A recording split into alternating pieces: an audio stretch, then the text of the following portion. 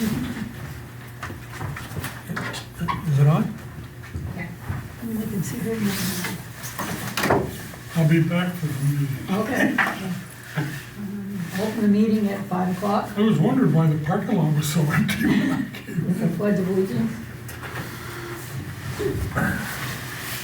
I pledge allegiance to the flag of the United States of America and to the republic for which it stands, one nation, under God, indivisible, with liberty and justice for all. I make a motion to accept the minutes of January 28th. Do I have a second? Second. All in favor? Aye. Aye.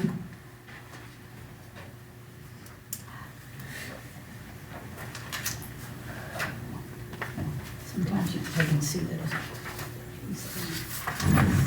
I make a motion to accept the minutes of February 2nd. Do I have a second? Second. All in favor? Aye.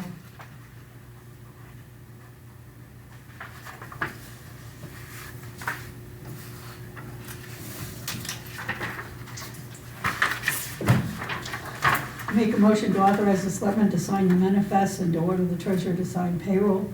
Do we usually read all of this? No. Do I have a second? Second. All in favor? Aye. Aye. It's usually accept the consent, accept the manifest. Oh, okay.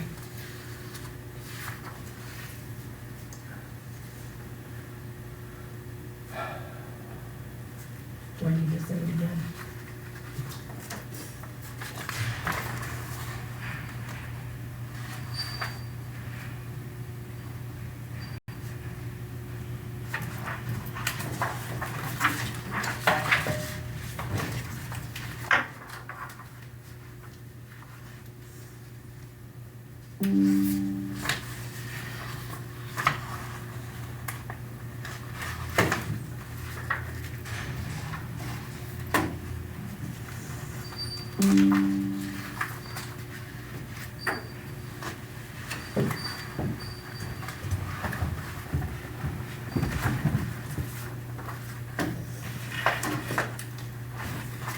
Maybe this one. Oh, did I miss one? Oh. Thank you. No problem. Quality control. So I'm going to just have you sneak this into, this isn't on there, but you've already signed this. This is the assessing with Norm. Because one, Swansea was in here. The name Swansea was in here, so we've already signed it. Okay. We needed sunglasses, that's why we dimmed them. Make a you don't motion want to mine? approve the consent agenda. Do I have a second? Second. All in favor? Aye. Aye. This one is really nice. They're blinding.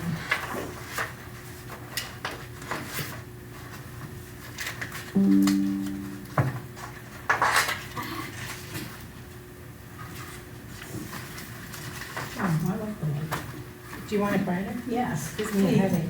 Oh, sorry. You want it what? That's fine. I can Not sit, that I I- can sit over in this You want it chair. brighter? Little. I can sit over here.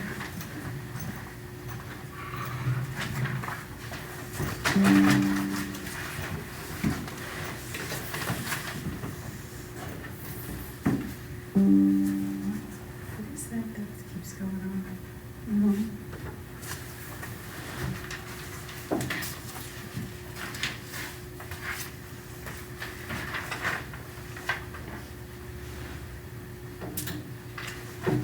Are we signing this?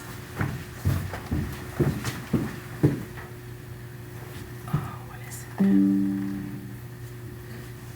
Wait a minute. It looks like this keeps.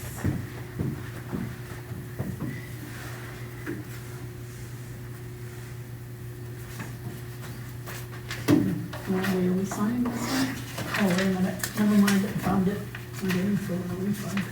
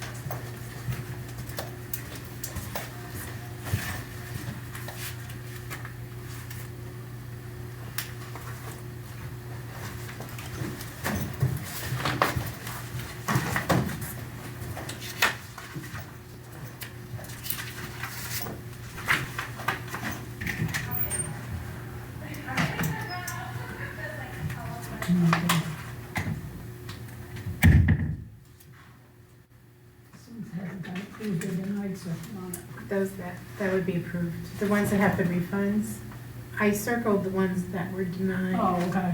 And then, I was just, I didn't even notice. yeah,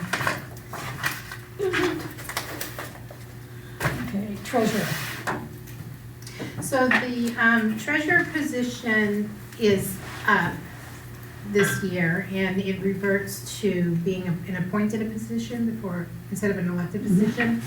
Our current treasurer is not gonna stay on, he's retiring. So in order for the board to appoint someone, I wanted to make sure I knew what process you wanted to take. I would recommend that we put out a request of interest. We do have a deputy treasurer. I think maybe the board should see if she's interested and speak with her, and then, and if she's interested in that, she's been deputy for at least 6 years, I would think. Then maybe appoint a deputy, but I wanted to find out what the board thought and how you wanted to. We need to type something up, because there is the RSA that states what their duties are, but we want to make sure that we're able to meet with interested parties and talk about it and interview them, and then do a background check, because that's one thing we couldn't do as an elected position. But when somebody has access to that kind of money, you want to make sure that we're covered. Yeah, I think we need to put it out there. Yeah, So we're gonna put it out there? yeah, And if she wants to apply, she can? The deputy? yeah. I'm gonna approach her with her interest, and I think that where she's been the deputy for a while. As long as she realizes that some of the duties are gonna change. Right, right. And they're gonna have to have access to this computer, correct? Isn't that how the statement is reconciled through the computer? I have to sit with Laura Lee and Yeah. Diane, but I Okay. think that if they're supplied printouts, because then they reconcile with Laura Lee and Diane. Yeah, I don't know, I don't remember So, how it works. yeah. I thought we always did it on the computer, but Yeah. that's something, yeah, if you could check that out. Yeah, yeah, I'm gonna be meeting, we're gonna sit down together and pull all that together, and then, Okay. so, okay. Okay, Mhm. And then I just wanted to, before we get into the main part of the meeting, and talk about a couple of the warrant articles that the board wasn't sure, you wanted to see where the numbers fell. The last time we met, I wasn't sure how we were gonna do the financing of the heavy rescue. And that's one word I have to change in Article 20. I have heavy equipment, that should say heavy rescue. But when we get to that article, I'll point that out to everyone here. It's just, it's heavy rescue pumper and slash pumper truck versus heavy equipment slash pumper truck. But I did speak with the finance company, which I should have just called them to begin with, because in my mind, I complicated things, because I knew Department of Revenue is very specific on things we can do, but we're, without a title, how is a finance company gonna pay for something up front? So I spoke with him, he goes, oh, we have to do that all the time now, because this is a norm when you build big pieces of equipment. It takes a couple years to even get it, which that's happened with our ambulance, but we've had that money in the capital reserve fund for ambulances. So what happens is they will prepay the vehicle, which will save us $70,000 or $80,000 because we're prepaying it. And they will require the company to put up a performance bond, which guarantees delivery of this vehicle, because they're prepaying it. And we would start the payments right away. So we're paying on the loan. So by the time we get it, we've already had 2 or 3 payments. But we're saving money for prepaying it, and we have a performance bond that requires them to make delivery. And it's not a fly-by-night company by any means. I mean, this is a company that does this type of equipment nationwide. What's the interest rate they're charging us? I think it's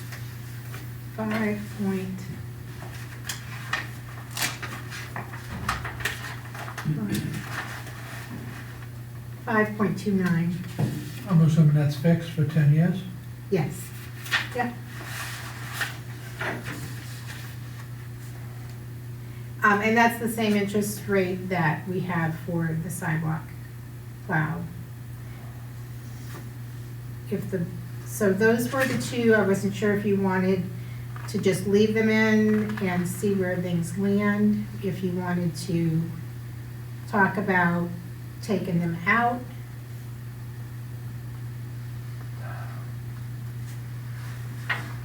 So the numbers, you saw the numbers with them in, correct? There's, oops.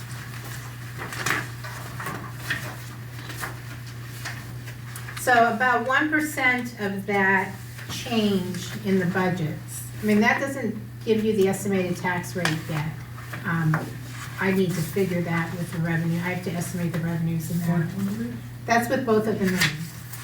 Oh, So about 1% of that, maybe a little more than 1%, is that extra payroll week.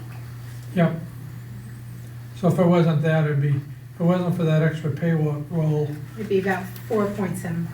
no, I'm talking about the first page, it would be Oh, about 2%. 2%, yeah. See, I think 575 is too high. I just think we're asking too much. I mean, if this was a normal tax year, I'd say, well, maybe. But, I mean, we just got hammered.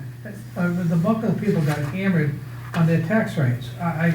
This is just a lot to It's ask. not on a tax rate. And I guess but the valuations is what you're reading. I mean, the valuations went up. he's saying. But the bottom Well, he's line saying is, hammered on the tax rate. Because most of us, because we The paid, taxes. most of us paid $600 to $800 more than we did the year Right. before.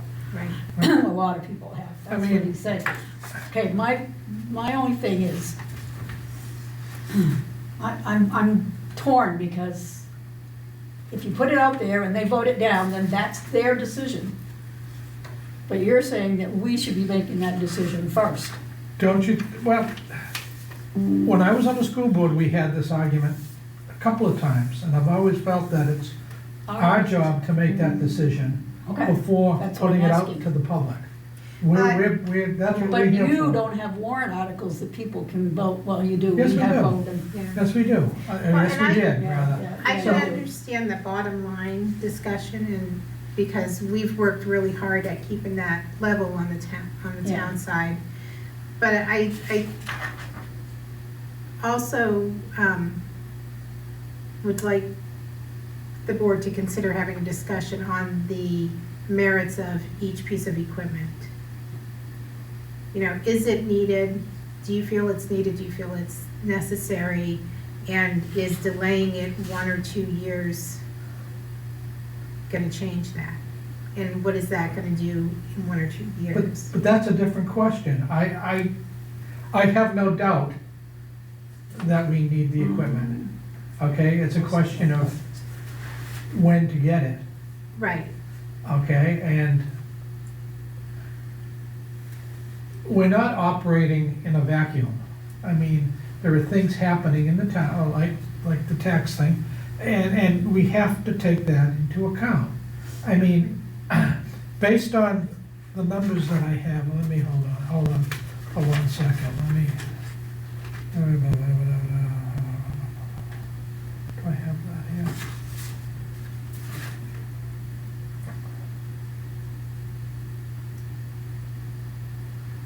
The number of properties where the taxes increased because of the reevaluation is, based on the numbers that I have, was 2,637 people, or houses, or properties were affected negatively, because their payments, they owed more, much more than what they did prior.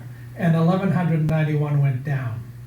So that tells me that the vast majority of the people in town were affected negatively by this reevaluation. Wait a minute. So Say did- that again? 2,637 people, Right, their taxes went up what up? because of the reevaluation, irregardless Yes, of what the okay. budget was Yeah. between last year and this Yeah. year. And it did go up because of that as well. But 2637 went up because of the reevaluation, Okay, and 1,191 went down. okay. And how many pieces do we have in all? Well, you add the two, so it'd be almost, No, because some people stayed the same. Right, or they didn't? well, the same, I would count as going down. Oh, you counted it as going down? I counted anything that didn't go up. So if they Okay. stayed the same or they Went went down, down, okay. I grouped it All as right, so not two-thirds went up and a not third being went down. affected by the reevaluation. Okay.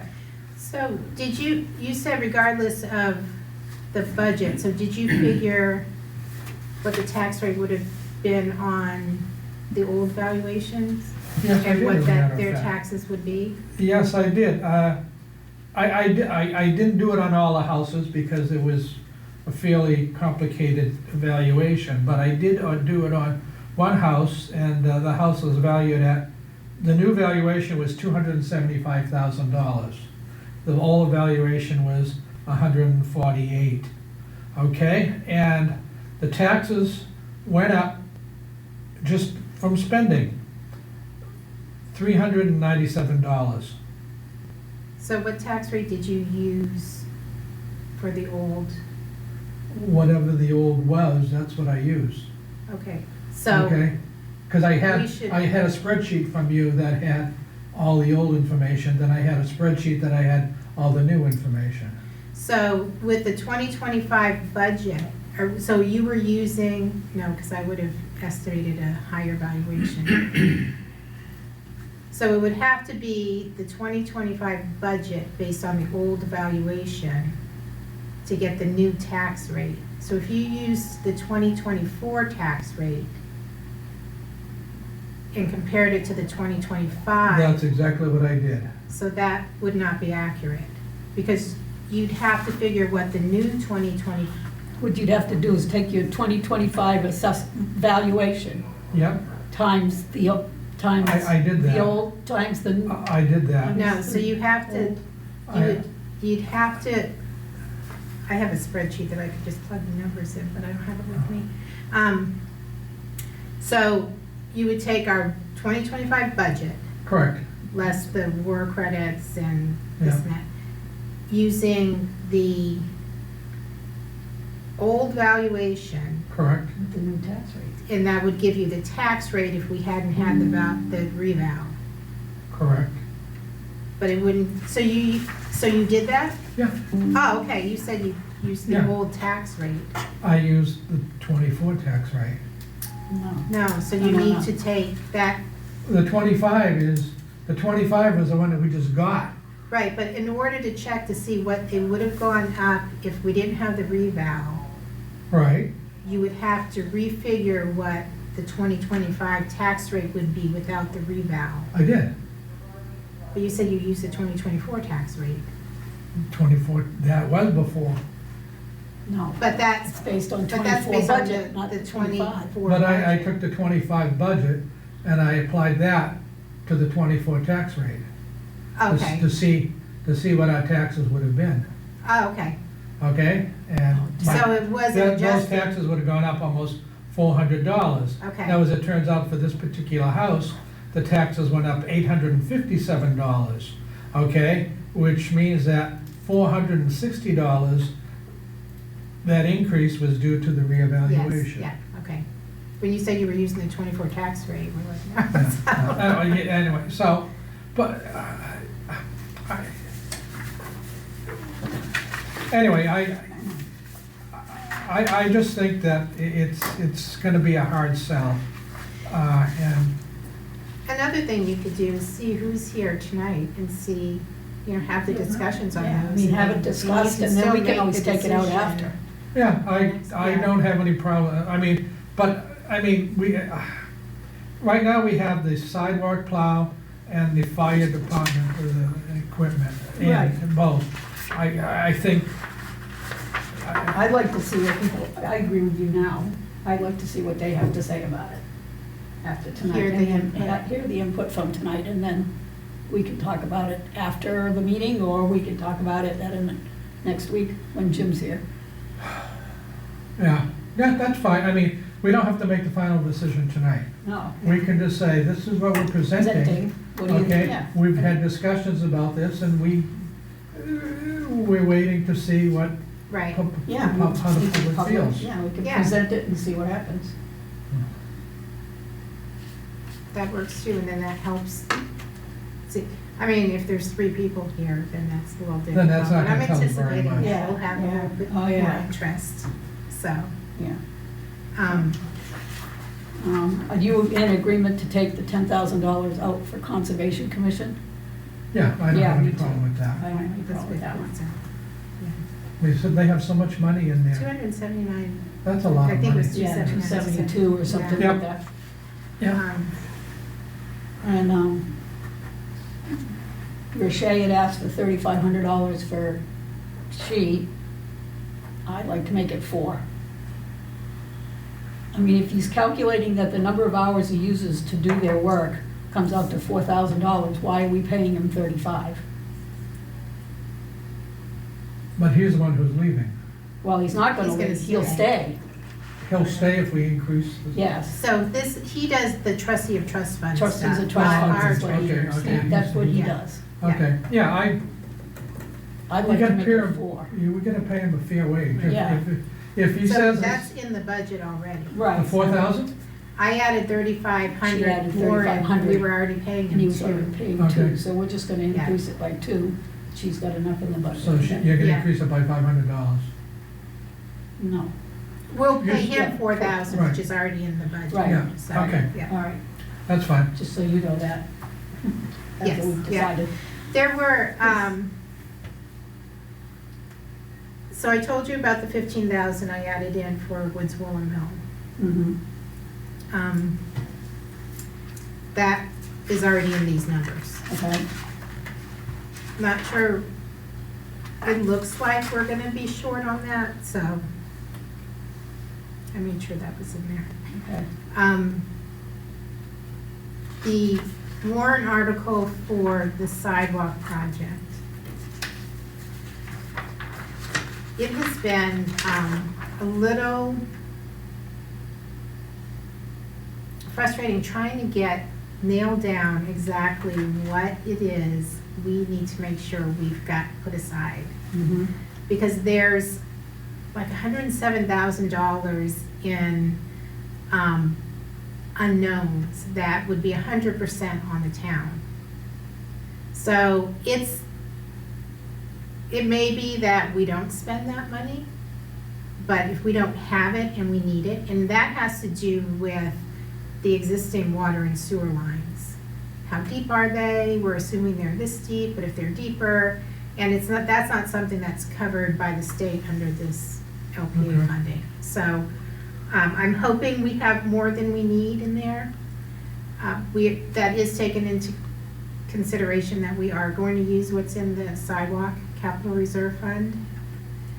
The sidewalk capital reserve fund is something that is going to be taken out of if we need that money. Right now, I'm figuring that we do need that money, but if we have some expenses that we don't have to pay, we'll leave that money in the capital reserve fund. But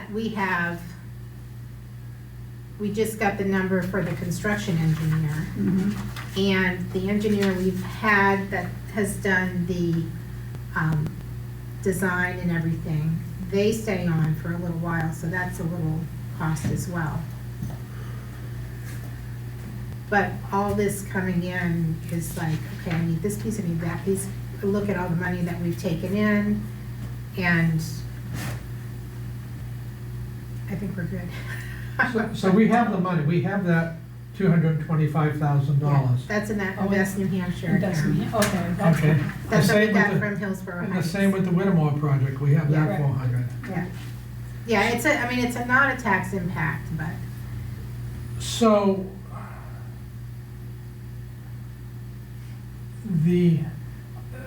those columns that we have on this page right here, mhm. the 726,106, is that net of the money that, the money that we have for the sidewalk in Whittemore, or is that after? Because I didn't bother adding them up. It seems that it would So be. that's, so the 639,237 No. is taking everything into consideration. So it's taken you see below the offsetting revenues? Okay, so that's. So that's the 775. That's in that second column. Okay, Yeah, so it's gonna cost us an extra $639,000 from last year. that's with everything. That's operating budget and this capital budget, page Okay. 1 Yeah, and but 2. why are we adding the Whittemore and the sidewalk project into this amount when they're gonna be Because, offset? because the offsetting amount is right here in the calculation. So then it,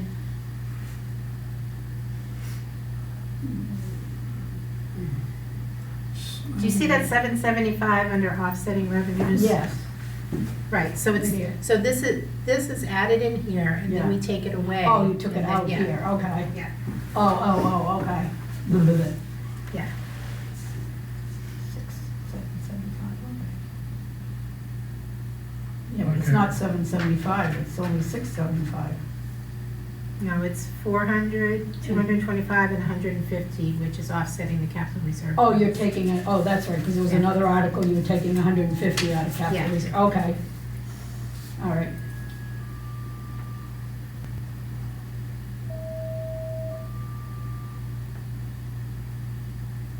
So all the articles are only gonna cost us 729, not the 775. Oh, no. That doesn't not the include the 15. operating budget. Right, not the 15. So if you look at the capital, the 2025, 2026 less 2025, that's at 639,237. That's Right, the right. net. Right. What I'm saying is your articles are equaling 1,504,000. Mhm. Of that 775 is coming out of other places. Right, So the right. total for Right. for the articles And is this- actually 729. Right, and we don't, Okay. I don't have this for everyone because That'll be this is subject to confusing. change. Yeah. Yes. This does go in the town report, Yeah, but yeah. All right. So if we approved everything on here, our budget would go up, the money that we needed would go up by 5.75%. Right. so what I'll do, if we have a work session next week so that you can make that decision, that's okay. Then, I'll have that estimated tax rate. Can we talk about one other thing on this list? The granted VNA. Yep.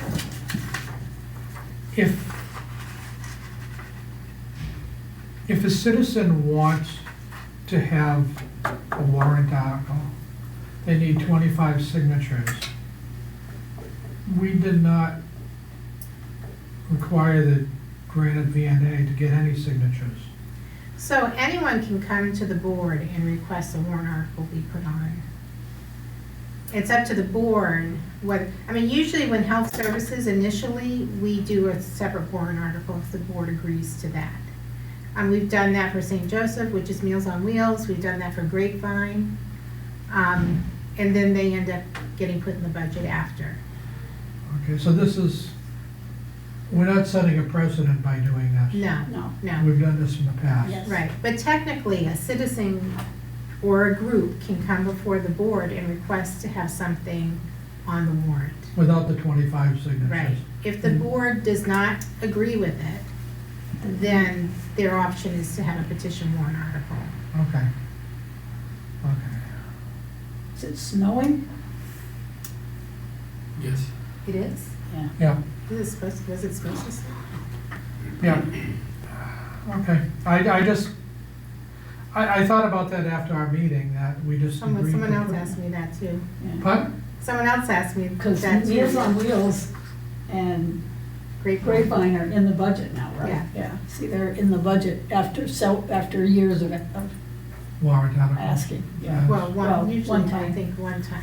Okay. Meals on Wheels has been in, that was For a for long me, time. but This is Grapevine. I think this is the first time visiting nurses have asked for anything. No, they've submitted things before, and, Not to this, well, and part of that is when we were doing it, and they would submit it so early, it would get lost in the shuffle on me with that. But, it's, this year, they were emailing me to keep it in front of me. It was a good thing. So. Okay. But they do have a couple of their employees that live in town that will be at town meeting and talking about answering For the V&A? questions. Yeah. Okay. No, it seemed like a good idea, and it's still, but I just wondered about the president, because, you know, like I asked earlier, if a citizen needs 25, they don't, but Right, they, right. they do, you know. And, Because this is charitable, it's different. well, it's, you know, had you said that you didn't, then I would let them know that they could get a petition article. Yeah, okay, So, okay. what was the other thing I was gonna say? So tonight, so the other thing is the elderly exemptions amounts. Yeah, I saw your, So I have a printout that I referred to based on what other towns do. And some, oops, I don't have it with me tonight. I have the wrong sheet. So I took it kind of in the middle, but one of the things that we hear often enough is that, you know, I don't have kids in school anymore. And everyone, you know, when you did have kids, there were other people who were paying who didn't have kids as well. But they've got to qualify financially before they even get that assessment, which we already have that exemption. This is just bringing those up. We haven't done that since 2017. We haven't made any changes. And with cost of living going up, valuations going up, if they qualify financially, it gives them, yeah, and you didn't really raise the qualifications very high either. no, I wanted it to, 6,000, 3,000. and that, 11,000 for the assets. yeah. how much of an exemption will they get? 69. It goes from, So, there's three it goes from different, 34 to 69, Okay, so, 51 to 103, and then whatever that other number is to 126. oh, wait a minute. so Those are asset limitations. No, that's the exemption. the exemption, so if they qualify from between 65 and 74 years of age, you get $69,000 of value taken off of your valuation. So whatever that is times the tax rate, Oh, okay, I Yeah. see, okay. yeah. And if you're 75 to 79, it'd be 103,000 with that. There's some communities that do 200,000 Well, and yeah, stuff like there's that. some that say anyone over 80 is free. Can you imagine Dick Withington with a free? Yeah. Well, and that's why, you know, the asset and the income qualifications are Yeah. important, because The it's, income. How many people right now qualify for this in town? Do we know? Hmm. So we don't We do have any know. idea what this is gonna cost us. We do know, I don't have it with me. I apologize for that. Well, that's We okay. can run a report on that. Yeah. Very easily. It's the same thing with the veterans, you know, once that changed to the all veterans versus having to be in wartime, that went up. The people who qualified went up. But that was on the state level that it included, Yeah, that's it. yeah. Can I change the subject?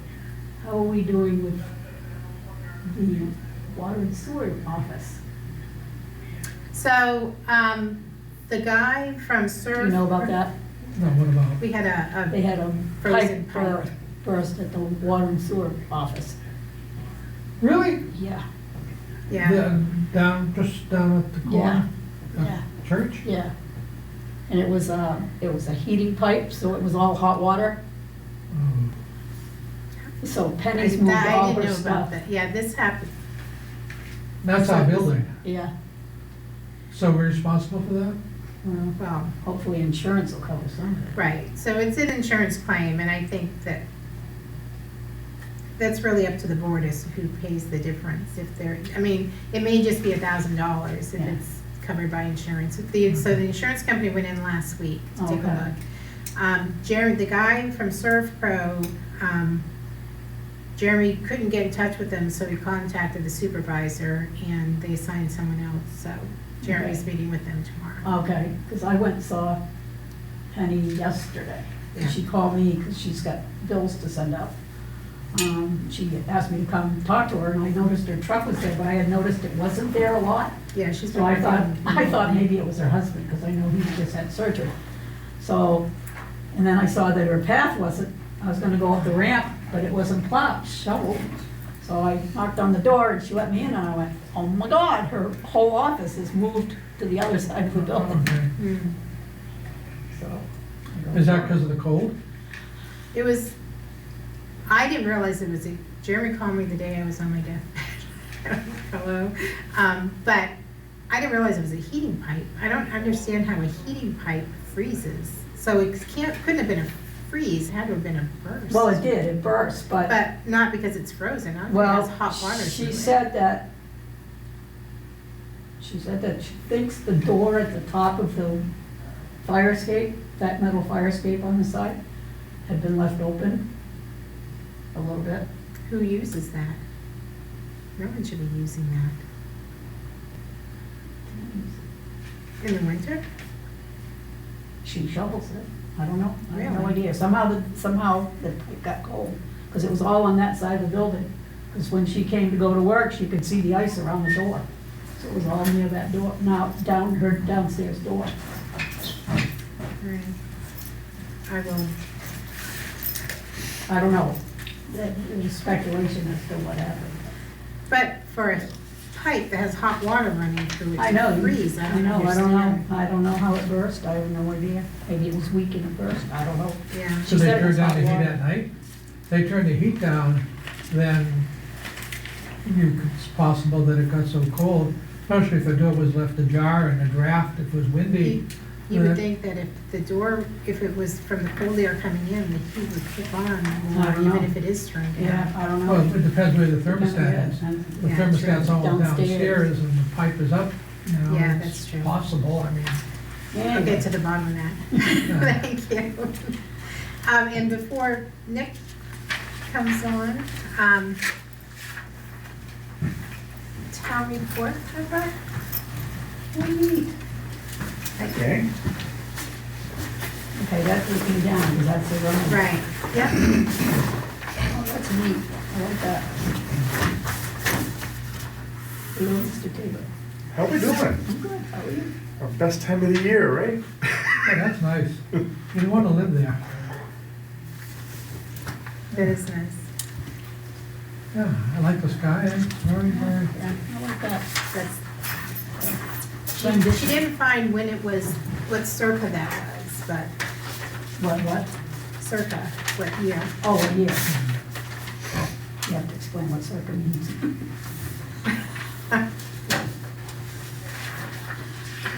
All right, so So do you want Nick to start with you?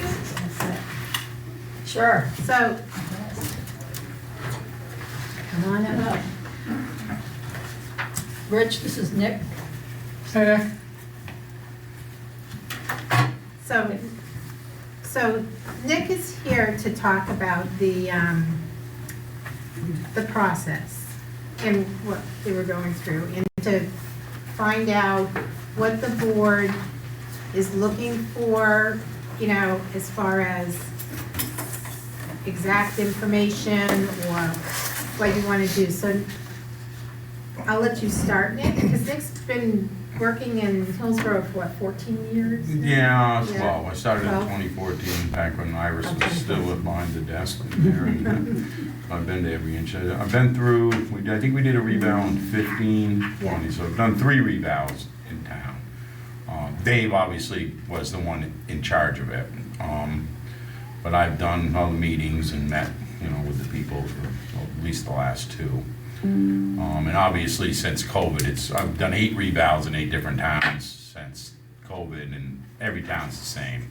Every values have doubled, you know, it's all due to these sales. We basically use the sales verification process. So every year we equalize, and in the old days, if it got below 85%, the state asked you to redo a reval, but because it's just been so awful. So now when we're going in, everybody's values are doubling. I know there are some inconsistencies with some people that came into the hearings, well, why does my neighbor go up this much and I only went up this much? And that, I've asked that myself many times, and not really gotten a straight answer, because literally what we do is we go in and we reset the square foot price, and then when that comes up, and then we use an extraction method to get the land value. You know, an example, all the new houses on Old Mill, they're selling for $500,000. Well, if the houses are worth $350,000, where's the rest of the values in the land? So that's kind of where those numbers come from. Yeah, because up there, the land topography per lot, even the wetness is a lot different. Yeah, you know, it is slightly different, and I've got a few abatements going now after this revow. Neighbors curious to why, you know, his base rate is 118 and his neighbor's is 112. So Norm Bernays has taken over to oversee all this, and we've already found some inconsistencies in that, and we're going to go through, because literally you should be, you know, your neighbor and you, especially those houses are all pretty much identical. You should be all within, you know, minus a finished basement or, you know, something like that. You should all be within a reasonable number of each other, you know. And I know with some of the older houses in town, some of those numbers have skewed. You'll see one house, you know, went up 78% and the other one up 58%. And again, I would ask Dave about that, and he never really gave me much of a straight answer. So I'm hoping the next time, not next time, but at some point, Norm can come in. Norm's been doing this for 30 years, very well respected in the state, and he can maybe, especially once he gets a chance to go into the system, he can pick out maybe some of the reasons why these changes don't seem to, some of them don't seem to add up, you know. And it doesn't mean that they're incorrect, it just, to be able to, because we did change and we are not working with Marisol anymore, we are not reverting to him for this. Norm will be, I scheduled this with Nick just to get in front of the board so that he can hear what your questions are. I know, I told him that a lot of percentages were being thrown around, which is difficult because percentages, unless they're identical houses like Old Mill Road, it's a new development, newer development. So that's a lot easy to see where that inconsistency is, unless there is value in the lands, because some of that is wet, and or if there's different design or quality in those. But some of the properties that have been talked about at a couple of the meetings, the differences in percentages are established properties that have been there for a very long time, and that takes more of to be able to explain that. So Norm, when I set this up, Norm he's up north this week, but he said if there's questions that the board has that Nick can't answer, then, we'll set up another meeting, or if you want to have a meeting that has some residents, we ask residents for questions, but they did meet with, Nick, and, you've had a few since you came on board as our Yeah, well, employee. the thing about being, I'm in there a couple days a week now, I'm, I'm trying to be very transparent with the taxpayers, just to save everybody and try to explain it to them, the process, and I think it's, it's working better that they can come in, and Diane does a good job, and don't get me wrong, but sometimes it's nice to have someone else to, to do this. And Yeah, so Nick's with us 20 hours a week. Oh, yeah, when I looked at my assessed value, Mhm. I couldn't understand why it went up so much, I'll be honest. I just didn't have a clue. So I went, I got a spreadsheet, 2 spreadsheets from Laura. One from 2024 that has the old valuations, and then 2025 that had the new valuations. I created a key for both spreadsheets so that I could match them both up, and then I tied them both together so I was able to compare the numbers and how they went up. And then looking at the maps from Hillsborough, I could look at different regions to see what was happening within the regions. And it seemed that the older houses, okay, in town and across the river got hit disproportionately higher than other regions. For instance, you have the Jefferson Drive, for instance. Mhm. I was looking at stuff there, and it was like, okay, they went up 50-60% maybe, but the overall value of the town went up 71%, okay? Which means that if my value went up 71%, this reevaluation would not have affected me at all. If my value went below 71%, it means that I actually have less of a property tax bill after the reevaluation than before. But if it was higher, then my bill went up, okay? It's simple math, okay?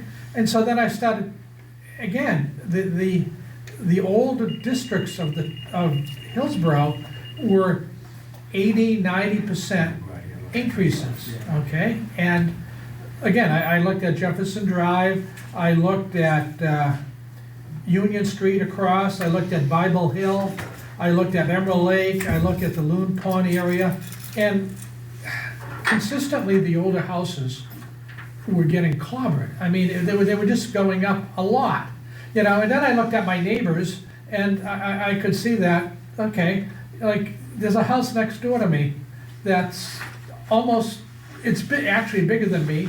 They have a garage. They have, it's a full two-story house, same amount of rooms, 1.5 baths. One has 1/10 of an acre. The other house has 3/10 of an acre with a garage. And the one with the bigger house is 3/10 of an acre with a garage, and the property value is actually lower. And I just scratched my head saying, and I'm hearing from other people in town that have the same issue.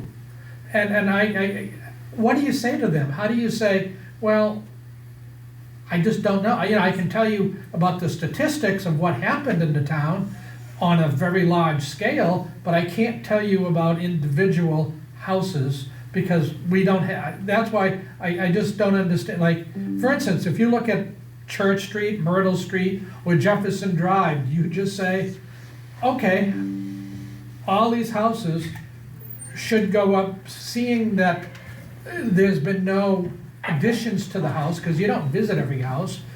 Do they all go up a certain percentage? Because it doesn't appear that way. They're all over the place. And it just doesn't make sense to me on how this, and a lot of people, it just, you know, I've heard complaints from other people as well. No, and I do understand that, and it's always kind of baffled me, and I did ask Dave about it multiple times, because I said because you go in and you take $120, dollars a square foot, and you raise it to 160. So literally, if you do that at every house, then it all should go. It should go the same way. Exactly. And of course, the tax rate's never gonna, in a perfect world, if you go up 70% tax rate drop. I mean, fortunately, the town did drop considerably. We did Hinsdale a few years ago, very similar town. They went from 34 to 29. Trust me, people wanted to kill us, because then their tax, I would roll up at people's houses, my taxes went up $2,500, and I was happy with the way the rate dropped, but again, your question has always been something, because it's the biggest thing when I sit down with people, because this world now is different. People go online, you go onto that CAI mapping, you can bring up the cards of all your neighbors, so everybody can see very clearly there's a difference, but they can't find a reasoning for it. Exactly. And Would condition factors affect what Rich is talking about? Because if one house has a condition factor on it, which means they're fair, not excellent, or there's something with the topography of the land, or there's something with the house itself, there's a condition factor on their On the card. tax set, I saw those, and So- they were both the same, they were both good. yeah, Okay. Okay. I mean, And there was nothing, There was like a nothing, percentage at the bottom of There's that? a condition factor for the building on the back Yeah. side, but on the front side of the card, there's condition factors for the land, and there's neighborhood codes for the lands, and that's what Norm and I have already discovered. Some of those are very, especially in Old Mill Farm Road, that they're inconsistent.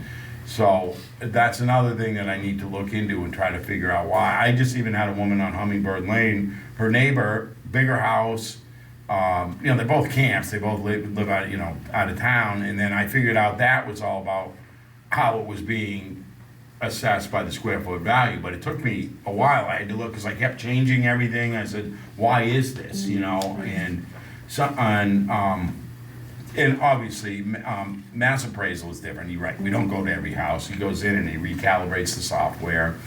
But, so, in 2024, was your value higher than that neighbor of yours? that I don't know. Yeah, see, and that's why I'm wondering if it's where it sat at that point, and so that's when it jumped, because, it will jump more, expediently if Yeah. it was higher in the first place. So that's things that I can look into as Yeah. well. And I will, next time I'm in town, I will look into yours and your neighbors, and, They don't even know where I live, so. well, I know your name, that's all I need. It's a brave new Well, world. no, wait a minute, that's my alias, that's not my real name. It's all public information. But, there was 250 valid sales in town. I did the highlighting on the map. Believe it or not, there was a lot of sales Yeah. just off, West Main Street and in the neighborhoods you're talking about, Church Street and stuff. And there was and a lot of sales in the ELVD too, which is what really drove that land value and stuff there, because people are like, I got a quarter-acre lot and it's worth $280,000, how is that? And again, it's all driven by these sales. When people, and Deb just told me she saw one on Old Mill Farm Road, they're trying to sell for $900,000 now, whether they get it or not. I mean, it's just, But if you do that, if you look at the land price in Hillsborough, in Church Street, for instance, okay? Like I have 1/10 of an acre, okay? And it's valued at $79,000, okay?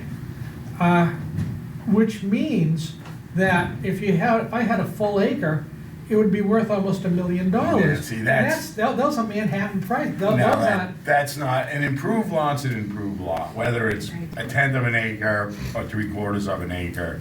Or in other parts of town, they got a 2 acre or 3 acre minimum. The improved lot is the improved lot. And I had a guy come in and say, my land's worth $400,000. He said, no, it's 80,000 on quarter acre. And I said, well, that's actually 20. But that's not how you look at it, because once a lot is improved, which means there's a building on it, you know, and all that, it doesn't matter the size of it.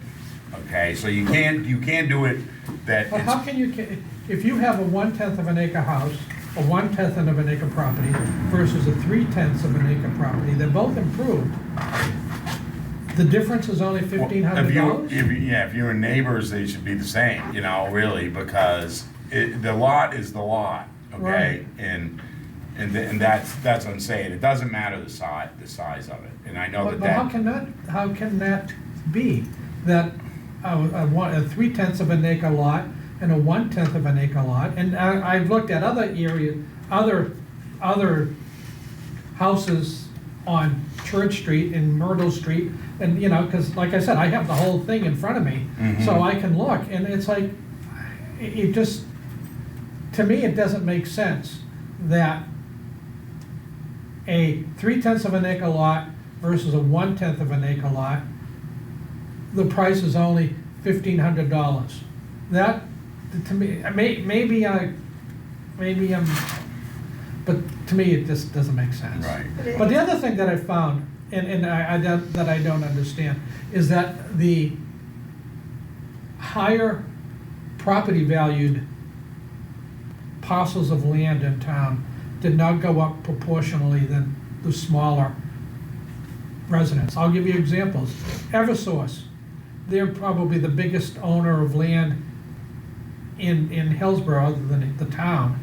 Their value went up from 37.8 to $40 million, a 5.8 increase, which means that taxes actually went down. You get like Osram. Again, this makes no sense to me. Osram was valued at 1.9 million, and it went to $13 million, 585% increase. We're right across the street, we have Shaw's, they went 7.9 to 8.8, which is only a 10% increase. Somebody, one of the taxpayers says, it's like they took a dartboard and just threw darts at these properties and just, you know, like Aubuchon's in town, they had a 14% increase. A chili, now it's not a chili anymore, it's another one, but another company, they only went up by 44%. No, I do understand what you're saying. It's like, And if it was only a couple percent either way, I would understand, but yeah, I see what you're saying. But the utility thing is different, because Yeah. that's recalculated every year. There's this whole set of rules with that with the state, so that we couldn't really touch. But the fact that Osram went up that much, Shaw's of course fights every single year their value. They do in every town. They got mountains of lawyers, but the fact that, you know, that Osram, when you said it went from 1.9 to 13.1. yeah, I mean it doesn't make any sense. That's a huge increase. Yeah. 1.9 million to 13. Yeah. Huh. Awesome. Unless I matched two different things. Well, I'll look at that, and it's like, 'cause that does, I mean, if that was the case, I wouldn't be surprised if they didn't show up, you know. Yeah, but anyway, I those are just examples that I found that, Okay. that were just inconsistent. And, you know, what I tried to do is, once I could see that all these things, I started looking at the higher valued properties to see how they were affected. And it appears that for the most part, the higher affected properties were not as affected by this reevaluation as the little mom and Joe, or the little mom and pop. Well, You know. Dave did bring the use map book, and then there's a part of when we do the ratio called PRD. It's a price ratio differential, and it should say the difference between the higher valued and the lower valued, and there's a certain number that has to be hit on that. So I started going through that today, but I didn't look at those numbers, so I'll look at that PRD on those as well. And going back to the land, so at some point, land, it's the base, some is 2 acres in town, that they give a value to that, what that 2 acres is, and then beyond that, it's not every 2 acres is valued at this. No, okay, So so that should be a little backlands went from 1,500 to 2,500. So if you've got 7 acres and you improve 2 acres, you put a house on and all that, the other 5 acres is gonna be valued at $2,500. We just Right. call that rear acreage, okay? But in a situation like you're talking about, in these tight neighborhoods, it's a whole different situation. And that, again, I've had more than one person come in, I got a 1/4 acre lot and it's worth, $75,000 and you know, and that, I understand what you're saying, you think, oh, it's worth, 300,000 an acre, and it's not, it's a different concept, Okay. okay? Because you can't subdivide those lots, so if you had Right. 3/4 of an acre versus a quarter, there's not, the value is not there for that other, Right. yeah, but Right. the improved lots with water and sewer, it's a little different. But I definitely will get on this and hopefully we can get you some clearer answers, and I'm not, it's baffled me for 5 years, 10 years. And sometimes they would say, oh, maybe they were undervalued before, but that's what I'm saying. I'm gonna look back at 30 years and see what your neighbor was and what you were, or other ones where I see a disproportionate increase over one over the other, and see, well, was it already, because we did inherit data that's been here forever, but it doesn't mean that it shouldn't have been gone through and looked at, so. Yeah. I don't, my concern is, and how you said that it shouldn't have been. It's just a matter of being able to explain that difference. Yeah. And you will find some that maybe, you signed off on a couple of abatements tonight. Right. But to be able to explain that, so then we can, the use pack,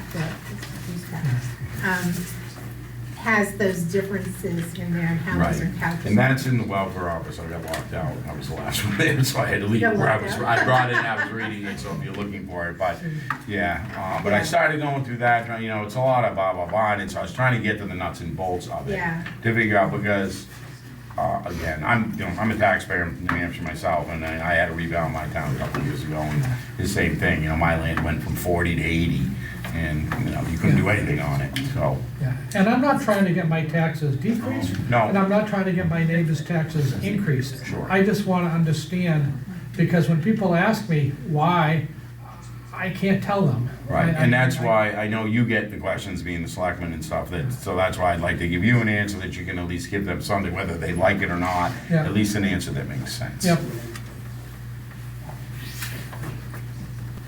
Thank you. Okay. Well, on the other note, we got 250 permits and 14 brand-new houses I'm gonna be measuring as soon as this weather clears up, so we're gonna be bringing some more. 250? There were 250 permits, and there's 14 brand-new houses in town. I've been going through the that was just last year. So I've been going through them, and, some are minimal things, but Mike and I spoke today, so, we will be increasing the town's worth That's good. at the end of the year. So hopefully we can keep this tax rate somewhat reasonable where it's now, okay? Wait a minute, Mr. Tabor has a question. Oh, for you. sure. And I appreciate your explanation, and I've picked up on several of it. Many of us in here, all of us, very knowledgeable of how to do a variety of formulas and everything else. As you alluded to, it doesn't make sense as far as a formulation. If I have some specific questions I can give to the board, can they follow up with you to try and ask them specifically instead of tying up more time? You can You can also also call make and an meet with Nick, appointment. he's in office, I'm there 2 full Tuesday days and a week. Wednesday. Yeah. Okay, Nick, what's that?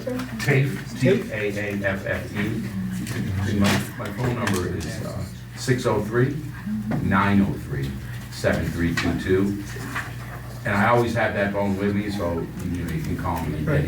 I always answer it. Because similar to the board, I'm one of the commissioners for the district, so we get a lot of questions as well, not necessarily tax base, other than why are these going up? But trying to have that understanding, Sure. and for all of us, even yourself, and the response is, we don't know 100% why this is doing it. So trying to really understand it, I think can benefit all of us.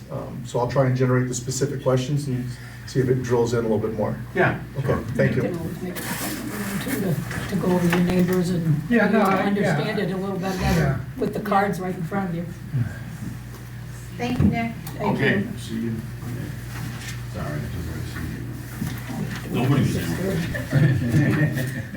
So do we want to adjourn the meeting till 6:30?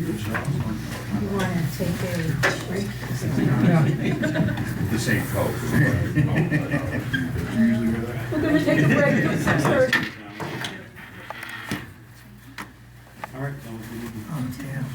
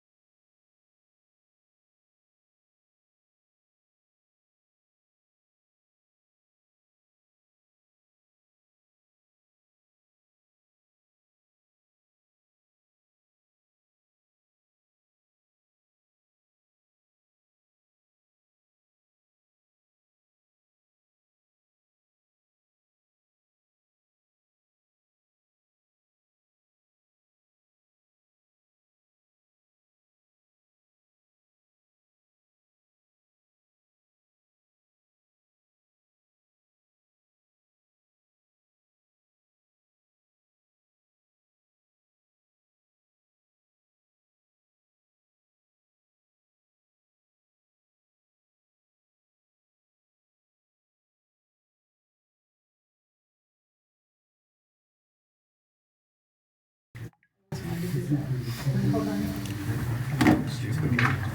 Just don't smash me.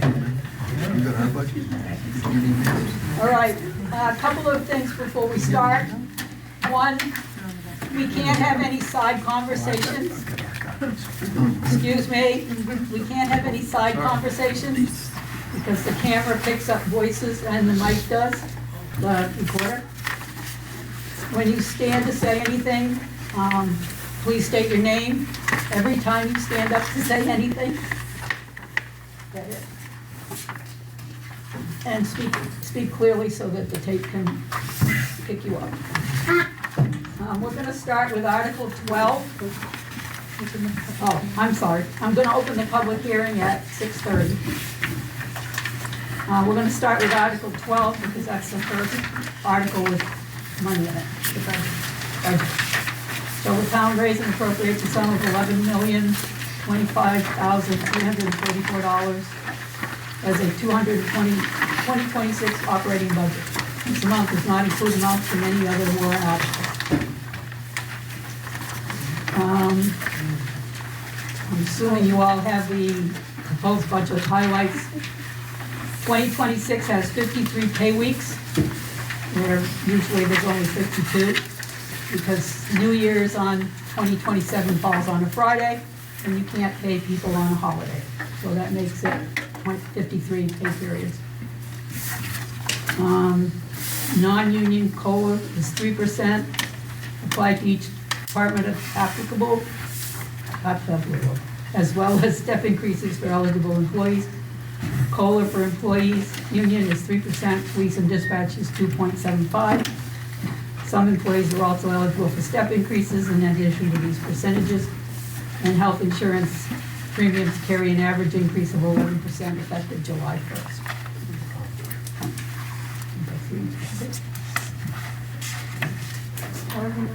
I know. Do you want to, you all have this outline of all the budgets. Do you want to go through each item, each budget? I just go through each department. They got those spreadsheets to do. The executive budget is going up 11%. That budget covers the Board of Selectmen expenses, annual stipends, as well as treasurer, deputy treasurer, treasurer for the trustees of trust funds, and additional funds added to the lines to increase the stipends for the treasurer position. Because this year, the treasurer will be hired, not voted on. Salaries for town administrator, finance director, and 2 employees who work in the selectman's office, and health insurance, along with a half-year increase beginning in July, as mentioned above. Any questions? Okay. The next budget is elections. That's going up 69% because there was an added election this year in September. The next one is town. Any questions?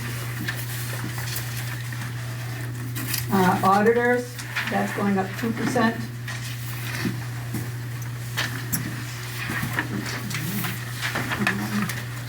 Any questions on auditors? Town clerk tax collector is going up 7%. And that is due to, again, the 53 weeks. And the union contract. Any questions? So, Tom McClure, can you explain, you said the union contract, the tax collector, isn't that an elected person? The deputy tax collector is in the union. She is. She's not elected official. So She's hired. the increase is due to her? Well, she's actually at the top, so she only gets the cost of living She only right gets now. cost of So living. if, And usually the tax collector's salary is based on increases that everybody else gets. Thank you. Let's see. Revaluation went down 32%. Whoops, I'm sorry. Was there another question? I just didn't understand, pardon me? Name, please. Oh, Tamara McClure. In the executive, we've gone by that too far. Okay, sorry. So we've added a line to increase the stipend for the treasurer positions, plural. Okay. What is that? The treasurer beginning this year, the treasurer needs to be appointed rather than elected. Okay. So that salary will have to be tweaked. Stipend will have to be tweaked a little bit. And the treasurer for the trustees of trust funds, is he in that category? Has not received an increase for quite a while. He calculated that his hours that he works on the trustees of trust funds is about $4,000 a year. He was getting $2,000, so we're going to increase that to $4,000. And the health insurance along with a half-year increase beginning in July as mentioned above. Yep, health insurance premiums are going up 11% effective July 1st. We're on a July 1st to June 30th time period. So Plus, we had an employee opt into the insurance during 2025 that we didn't have in the budget. So it's even more of an increase because we had to budget for that full year. okay, it's still not clear, I guess. I'm thinking those are all part-time positions and health insurance No, is usually they're all for full. No, they're all full-time. They're all full-time, Yeah. okay. All right, great, thanks. All right. Since we're here. So Rashay Copeland for the recording. How much is budgeted for the treasurer's position? Is it a full-time position? Is it a part-time position? What's the stipend there? It's a stipend position. Right now, it's 2,000 and I put another 3,000 in, So 5,000 total is what we're depending carrying. what the board decides. But that's what we're carrying in the budget is 5,000 stipend for the treasurer. Yeah.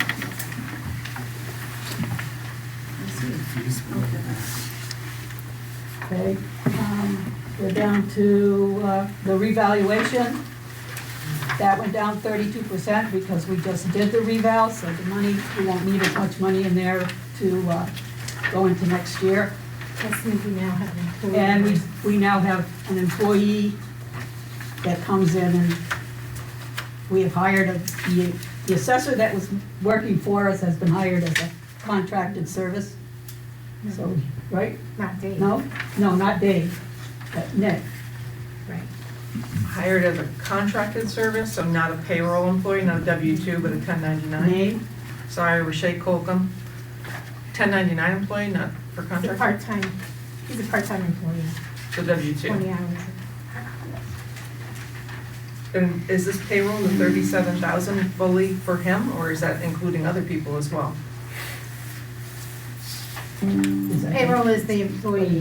The revow appropriation, we still have, as the notes say, we still have our utility assessor, who's a specialized assessor in town. We have, utilities get assessed differently than properties.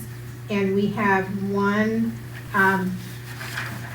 part-time contractor who reviews things in order to sign off. That gets submitted to the Department of Revenue. Got another question on that? So what's the value in hiring this person part-time in addition to what we have, or in place of using the contracted services with the hired assessor? Where's the value added in hiring him and having him part of our Well, payroll? first of all, we're not having the contractor we had previously, we are not renewing the contract with him. We are hiring the person that was coming to the office from his company. So he's gonna be here, what, twice a week? Right, he's in He's office gonna be in the 16 office hours a week. more, so so accessible. more accessible to the public than they were previously by having him as a payroll employee. And it's a non-benefit And position. yes, he's only gonna work in the office 20 hours. He works for us 20 hours in the office, 16 out in the field or remote for 4 hours. So, and there won't be any benefits. All right. Okay, legal. The legal line item went up 16%.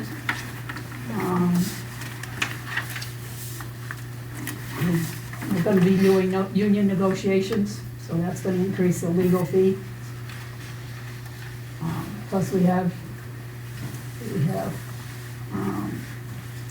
several,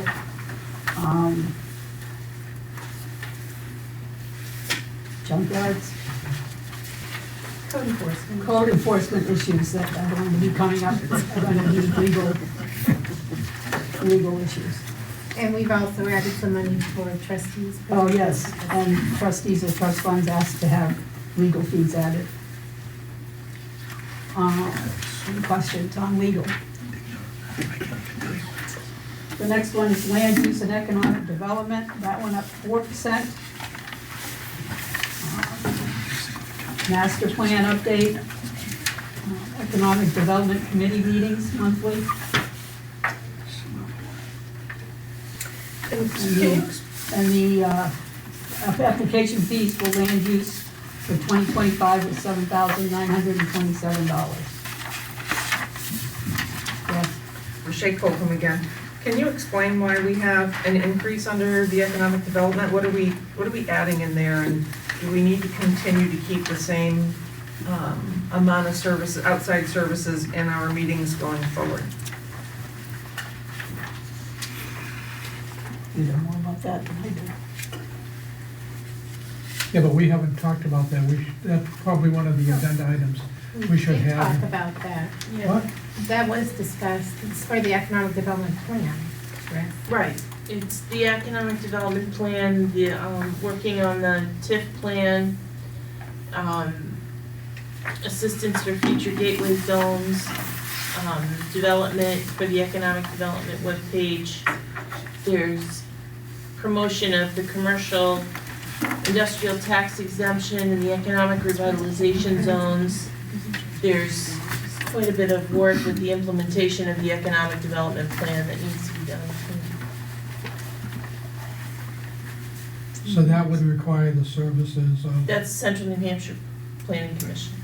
So none of that's, may I ask another question on that for clarification? So none of that's covered under the original contract that we have with the Central Regional? This is all above and beyond and costing us more at the economic We've got development the level? dues, which Right. has been explained. The dues that gives us the benefits of getting a good rate for contracted services through them, through these projects. And, you know, there's other benefits with the dues, but this is above the dues. This is something that if you were to hire a consultant, you'd be paying 3 times more. I mean, it's, you definitely get a lot for what we pay.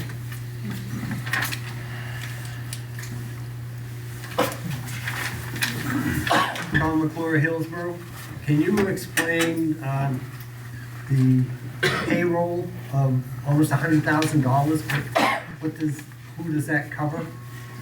So that covers one employee, but right now it's capped because we were comparing to some other communities which we do for pay scales.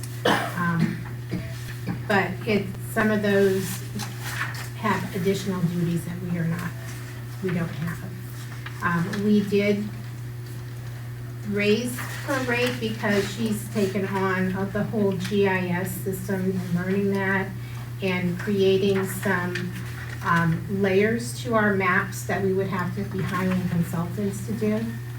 So that was that increase last year, the scale adjustment. So that's one person. Yes.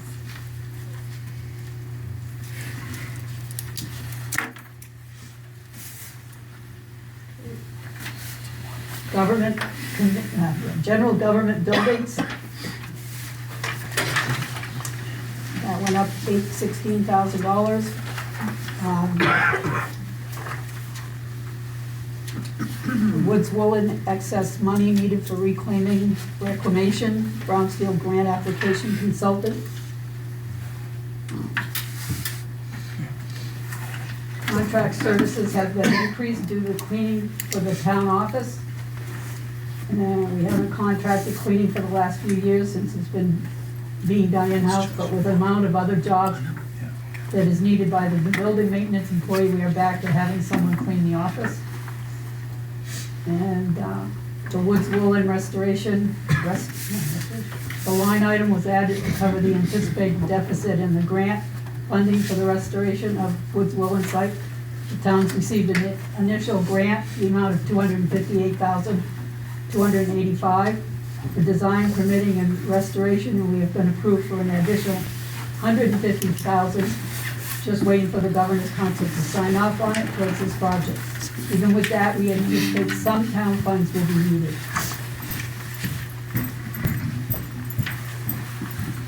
Any questions? Can you explain, Rashay Colcom again for the recording, can you explain why we have a maintenance and upgrades that we're not spending any money on, and then we have a regular maintenance? Is there a reason why we have a maintenance and upgrades and a regular maintenance? So we don't have any money in the maintenance and upgrades, we just go to the regular maintenance. But we need one more year to cycle out before we take that line out. Oh, okay, so it's gotta be there for a certain time frame. Well, it's just that because If there's still money on the spreadsheet. because your spreadsheet goes all the way back to 2023, so because there's money in there in 23, it's still there. Any other questions? Cemeteries, that amount went up 3%, only due to the increase in the contracted cost. That was a 3-year contract that we negotiated again.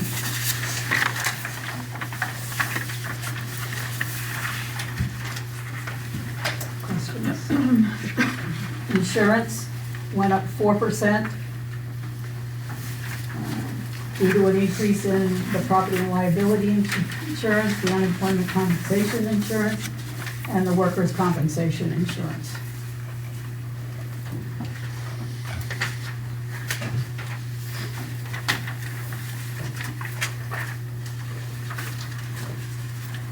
Other government, general government went up 20%. Conservation Commission added overlay in 2025. And not in, That's why we spent more in 2025 than we had budgeted. oh. And insufficient funds were paid in January.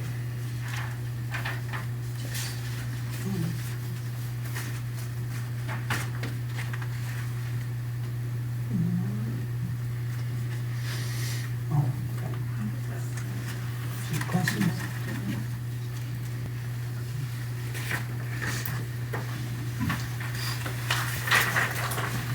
Police Department.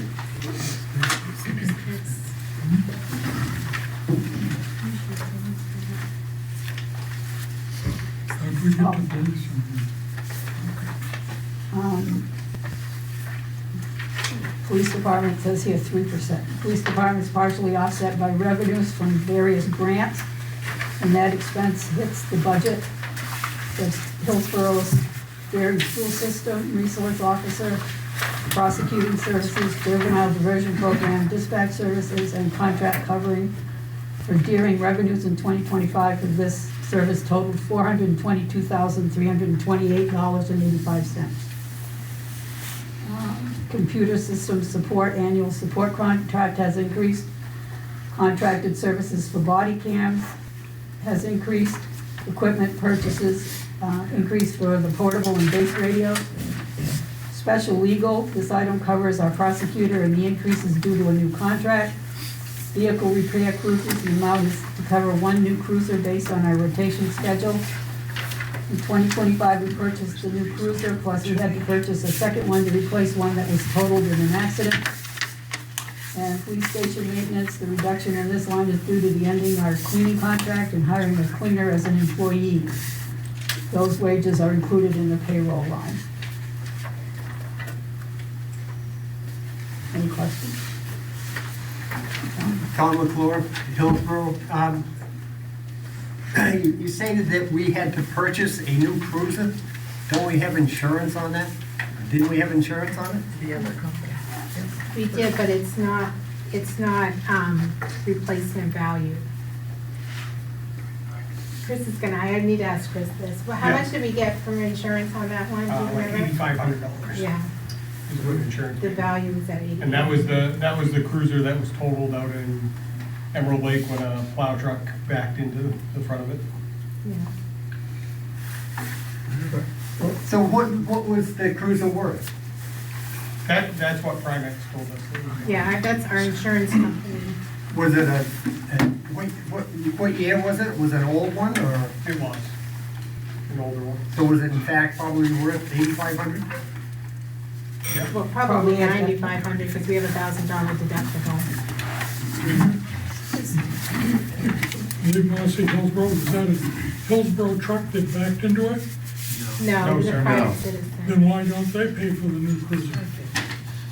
So whatever the insurance settlement was, they're not gonna pay, I mean, if somebody backs into your personal vehicle, you get the value of that vehicle. They don't buy you a $40,000 car. No difference with backing into our vehicle. It's not replacement value. Was something paid to the town for the damage to the vehicle $8,500. by the other insurance company? Yes, we have $1,000 deductible on ours, but. Thank you, it wasn't clear that we were getting income for that. Nathaniel Yeah. Mantian, is there a line item for the insurance premiums for the police station and the vehicles? It's under the insurance line. Insurance? Everybody, the whole town is under the same property and liability insurance. Where's that? Same thing for everybody. Under general government and then insurance. 165. 165.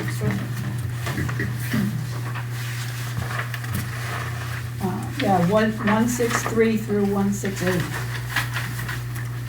The little numbers on the left-hand side.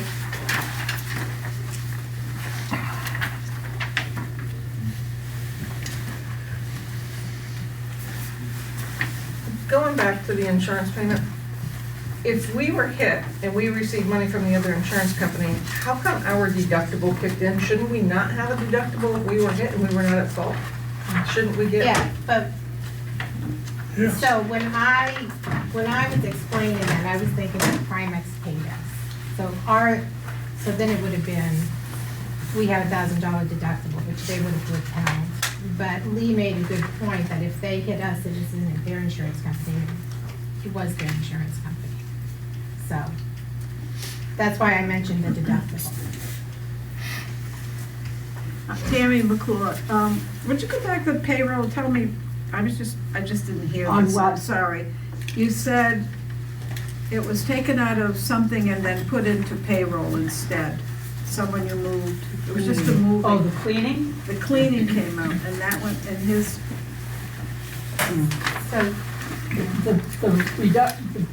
The reduction in the cleaning line, or the maintenance line, is due to the fact that the cleaning contract expired, and they hired an employee who was willing to come in and clean the station. And therefore, a new employee, I'm sorry. And those wages were added to the payroll line. but you don't get a clear indication of what you have for maintenance then, right? What you pay Well, for the maintenance line would go down, and your payroll went up because you hired an employee to maintain the building.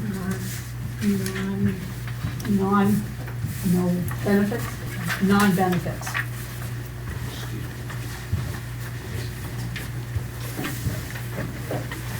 Did you find your answer on the insurance?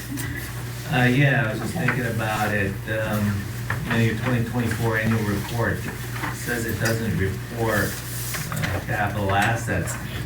So I'm wondering if you guys have done a review on the premiums paid. For example, I have an old vehicle and the insurance company was actually looking for more in premiums than what it was worth. So I'm wondering if 123,000 that was assume it's lower than the value of your assets, but covered, but has anyone reviewed that? So we review the list every year because we cycle off equipment, we cycle on new equipment. This property and liability covers our buildings and our equipment. So that is based on age. When vehicles start getting older, the value comes down on our insurance. As we have brand new equipment, the value goes up. So there you have those, the flexes in our coverage.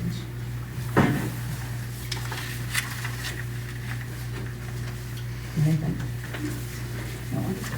Fire department. Are we done with the, I've got a question on the police department service that we're giving Deering, or selling our product to Deering. Is that something that we get to vote on, whether we would like to accept that or not in town meeting? The town of Deering has to vote on whether they want to accept Hillsborough to cover them. I'm wondering why, as a taxpayer, we wouldn't get a chance at town meeting to say, no, we don't want to do that. Yeah, I don't. So Deering is voting on a contract to pay Hillsborough. The police chief we had a contract already to help coverage in Deering.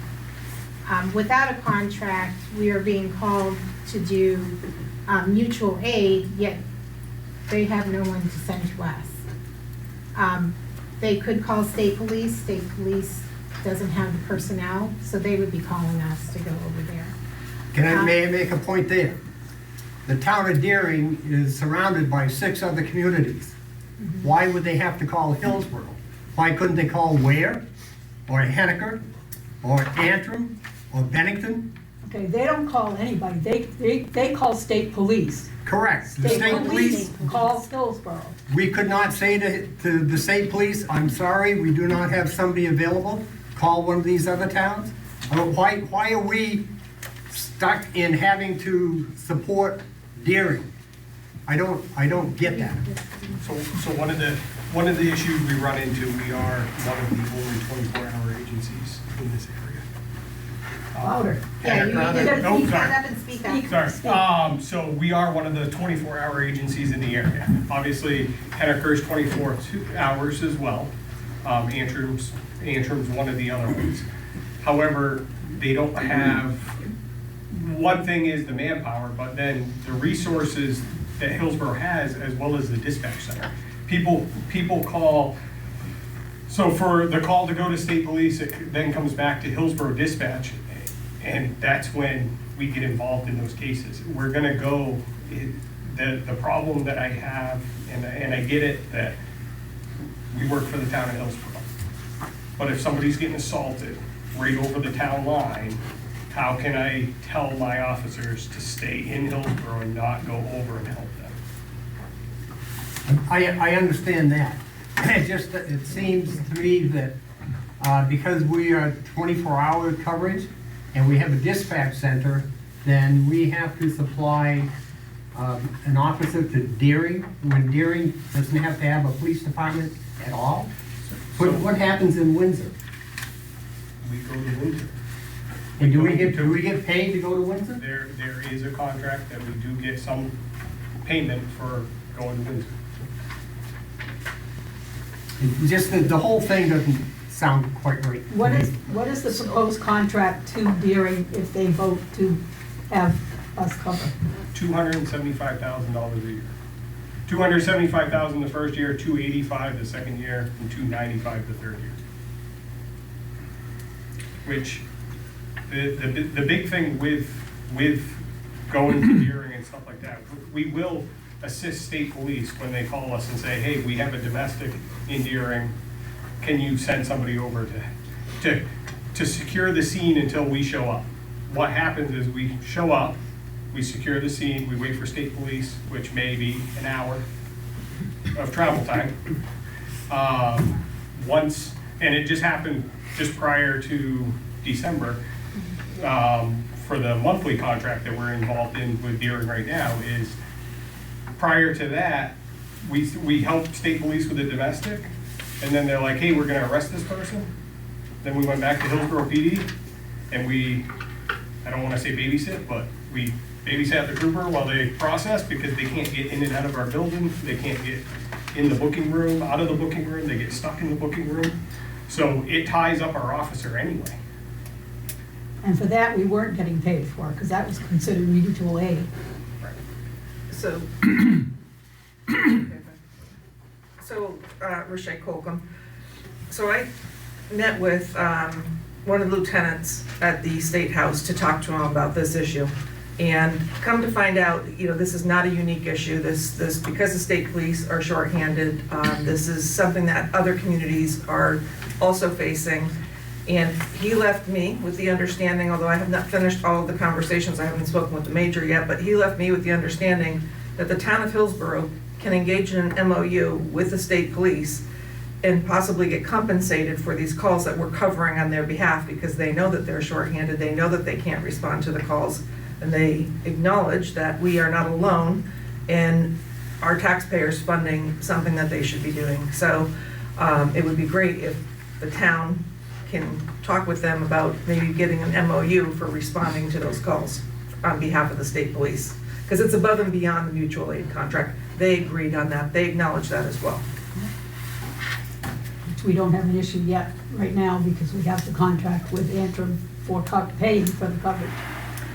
At the moment. But Deering, that's correct, and I know we don't do a lot with Windsor, but it would still cover us for Windsor and any of those other communities. We just need to get involved in the conversation with them. I can only take that conversation so far as a state rep. I can't get into contracts with them. To continue, what is this going to do with our vehicles, the cruisers? Is it going to add extra miles to it, traveling over to Deering? I know there's part of Deering is really close, but there's part that isn't. So what, and also the money that the town is receiving, does that go into the general fund? All of it? No. No? Chris can address. No? Not all of it, so, well, the board hasn't decided yet.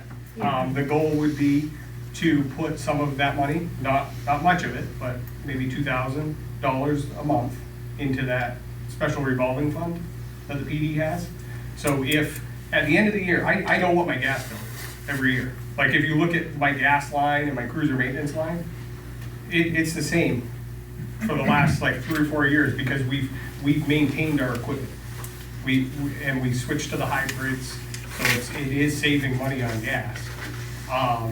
At the end of the year, it would be nice to, if I'm over on those lines, then that's where that money comes from. If they're contracting with the town of Hillsborough, it seems to me that all that money should go to the general fund. If the police budget needs more money for a certain line item, then they should request that through the selectmen. This money that we get from Deering should not go partially into the police department's fund. I don't It's think. a town fund. The revolving fund is a town fund, Who has control over it? the town. And the police department doesn't have any control over it. Well, the police department has control of it, but it can only be used on police On department, on cruisers, on cruisers vehicles. and. Fine, do the taxpayers get to vote on the use of that money? It doesn't go before a town vote. The No, taxpayers so voted- the answer is no on that. So No. I think if we're selling a product to a neighboring town, that money should all go into the general fund. I don't care. The board can decide to do We can that. decide to do that. Well, But whether then it's if they- can or will, I Well, think. Well, we can talk about it. The thing is that if his budget in gas goes over by $10,000, wouldn't you rather have given him, put a little bit of money in this maintenance fund to offset that 10,000? Not necessarily. So you, The police department budget is 30-some-odd% of the whole town budget. And if we, I understand your job, and I'm not one that would be defund the police. I think you're doing a fine job. I like you as a person. The problem is, I think as a taxpayer, ride around on the roads that we have, see how rough they are. This town does not have a town hall. We have to meet either here, the town office, or the police station. If we weren't spending so much money on some services that some of us don't even use, I think we could make our town better. And that's where my thought line is. It's not in every year. If you look from 2023 to this year, look at the increase we've had in the police department budget alone. I think I looked at it earlier, I think it's 30%. And I always hear that we have a lot of problems in this town. We have drug problems, but it's like the school. The kids aren't getting a good education, so we keep throwing money at it. Well, we keep throwing money at this. Is it getting better in this town, or is it the same? I think it's getting better. Well, and I hope it would, but you have to also- understand, as a taxpayer, my new assessment, my taxes went up $2,400 1 year. I now pay the town about $1,200 a month to live in my house. And I think we have for years lived beyond our means. And I think it's time that we start cutting and get down to something that we can afford and not keep adding all these things in. Later on in the budget, there's more things that are, I'm sorry, but I had it. To follow up on that, the revolving fund brought in 61,000 last year and expended 49,000. Is that 49,000 accounted for out of our general fund? Do we transfer that from the general fund back into the revolving, or is that a separate checking account? They write out their own checks and it's not accounted for in any of our budget numbers here. How do we see what that 49,000 was that was expended? Or even the 61,000 of revenue? So those funds, which we gave you copies of, have their own accounts. They are in the town report every year. If you want a breakdown as to what is spent on there, you could certainly get a breakdown. Okay. Getting back to your question about Deering and paying Deering for this, Deering paying us for police services. The police chief came to us in either November, December, and explained the situation in Deering and said, we have a short-term contract, I believe it was 4 months, for, I don't know, somewhere between $40,000 and $50,000. We don't know what it's gonna, you're right, we don't know what it's gonna cost us extra for gas, or wear and tear on the vehicles, or overtime. But we said, we're getting sometimes between $40,000 and $50,000.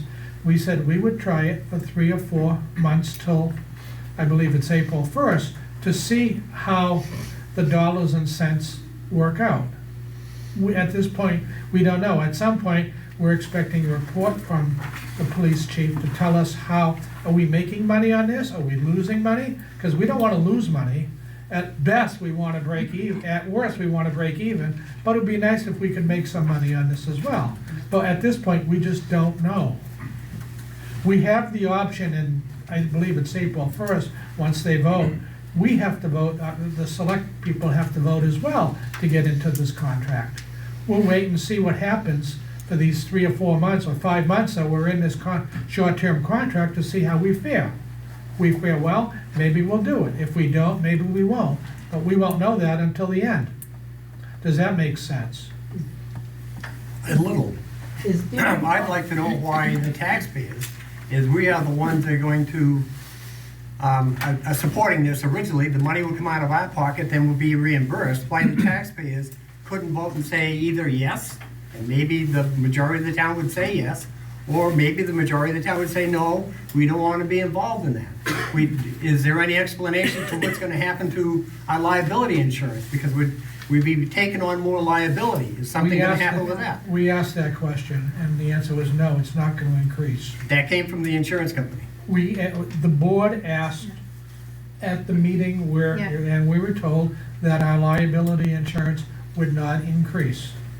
So the insurance company told you that? No, I don't remember who told. Well, because right now, we're covered for mutual aid. So the fact that we're now gonna be receiving funding for that, revenue, doesn't change that we go into other communities and do police service.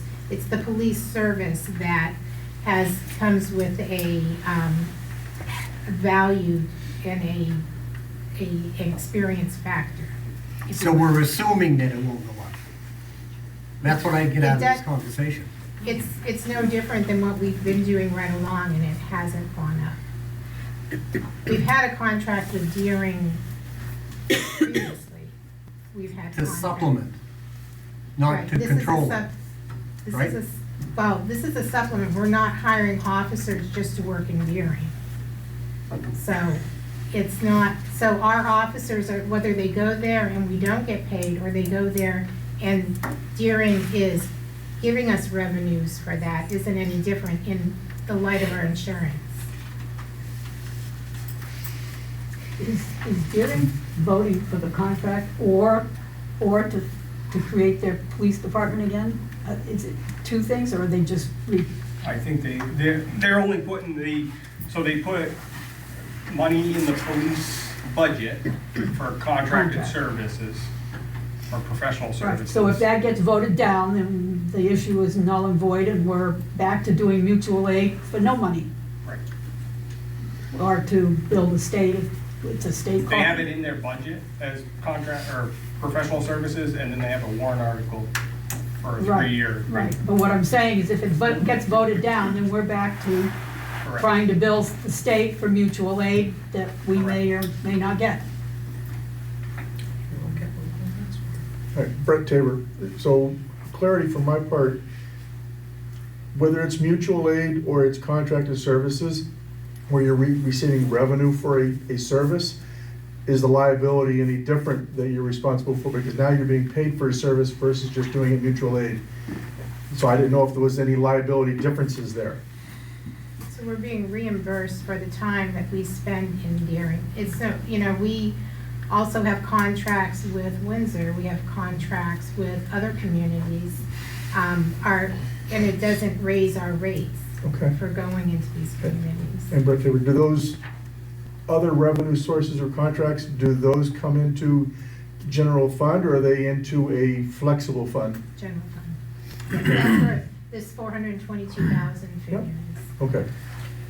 And that's where it was my interpretation that all funds all revenue sources coming into the town come into general or specific water or specific sewer.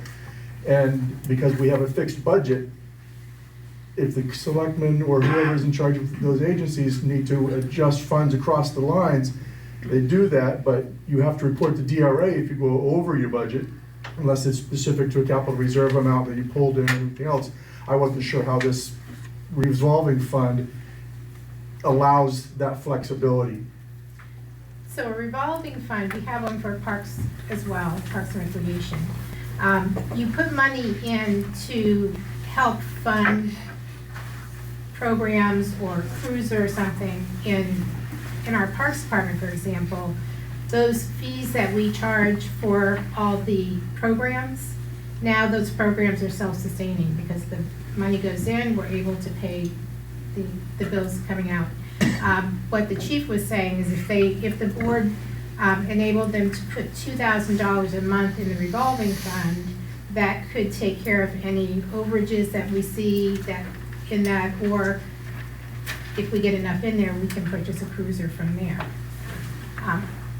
So you're only allowed revolving funds in police, parks, and transfer Oh, station. so it's a statute that allows it, Yeah. okay, I wasn't aware of that one, thank you. And does it allow just the general flexibility, or does it say, fine, you're gonna put 5% against this expense, 10% against this expense, so it's a fixed amount going into these potential overages? No, Okay. it's flexible. Nathaniel Van Camp, I have a more general question. Is there anybody, or is there a process that is being used to explore ways to reduce some of these vendor costs? It looks to me, I have quite a bit of experience with numbers, and it's just a constant increase. I moved here about 4 years ago, and one of my first quotes to plow my driveway was about $250. I've lived here 4 years now, and I know a few people, and now it's $75. 4 years later, you'd say, well, inflation should have made it more expensive, right? But it's not. We can shop around. Is there a process in place, or is someone exploring that? Are you talking about the police contract? All of your services? costs across the board. I mean, if you're looking at, I don't know, officer supplies, telephone. My telephone is $15 a month. I used to pay $100. My wife pays $40. She has unlimited internet. I don't. I get 5 gigs. That's it. She gave you a flip phone? I set the budget, and no, I am willing to So- roll it. Contracted services, a lot of the contracted services we have are specific to the vendors who we purchase the equipment from. So we have software contracted services that we have to pay a fee each year, and that supplies updates to all our software products. We have, like in the police department, the body cams, that's a different contract in which they replace the body cams, so we're not buying them when they become obsolete. But that's, Do you have a process in place to explore lowering costs? so the chief can, we do, if we can't really buy, other than if we change our software, for example, then that new vendor will be our supplier. We will pay an annual fee to, because they give us all the updates to that software, but it's the leap going to a different software package, which I'm sure you know, that in itself can be $10,000. And, but support happens in all our budgets that we have the software products, our town clerk, our finance, our town office, for our new copier, the police services. The chief can explain, I think the body cam one is pretty, Yeah, the body cam one, is that, basically the cameras, after about 2.5 years, the batteries die in them, and they'll charge, but they won't be active for your whole shift. So you're gonna have to go back, switch out cameras, or switch out, or put it on a charger or something like that. So because of the battery life in those cameras, the agreement that we're in with Axon is those cameras are refreshed every 2.5 years. And we get the newest camera out there where the battery's usually a longer life. There's more technology in that new camera. but they do look at services to see if there's another company that offers a better product or a better service contract or replacement. And luckily, you know, with other municipalities, we can send that information out, that question out. What are you using? What are you paying? How many does this cover? But some of them are very specific to products that we use.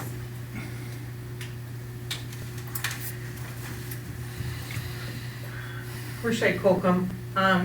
So talking about the revenue and the revolving fund and stuff, the insurance payment that we received for that cruiser, I'm doing some searches through the detailed revenue and the trial balance and stuff. I'm not finding that that was deposited in the general fund. Did that refund get put into the revolving fund of the police department, or did that insurance payment go into our general fund? Do you know? They typically go into the general fund, so I'm assuming that would have as well. Any insurance reimbursements we get go into the general fund. I'm not seeing it, but I'm doing searches by certain things, so. Yeah, I can check to see which account it got credited to and let you know. Yeah. I usually get tripped up when I'm on the phone with Department of Revenue talking about revenue, and they'll say, well, what made up this line? And Yeah, it's not obvious in the detailed revenues. The other question I have, we talked about the Windsor contract. Was the Windsor contract updated this year? And if not, when was the last time that Windsor contract was updated?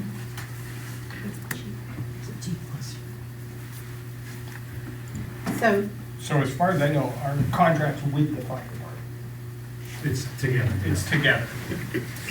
Okay. So that was reviewed, I know the board asked to review as far as what we're charging them this year. I mean, we were just talking about it this morning, actually. Yeah, I mean, So fire calls and between fire calls and police calls. It's whenever they added the PD stipend to the total number is when last time we kind of renegotiated it, for lack of a better term, I guess. So we don't know the specific date of when we negotiated that contract last. It's been that long? Well, he doesn't have it, we don't have that with Well, I us. mean, I don't remember the exact date, but I mean, it was within the last 5 years, wasn't it? I think so, yeah. I would say it was in the last 5 years, yes.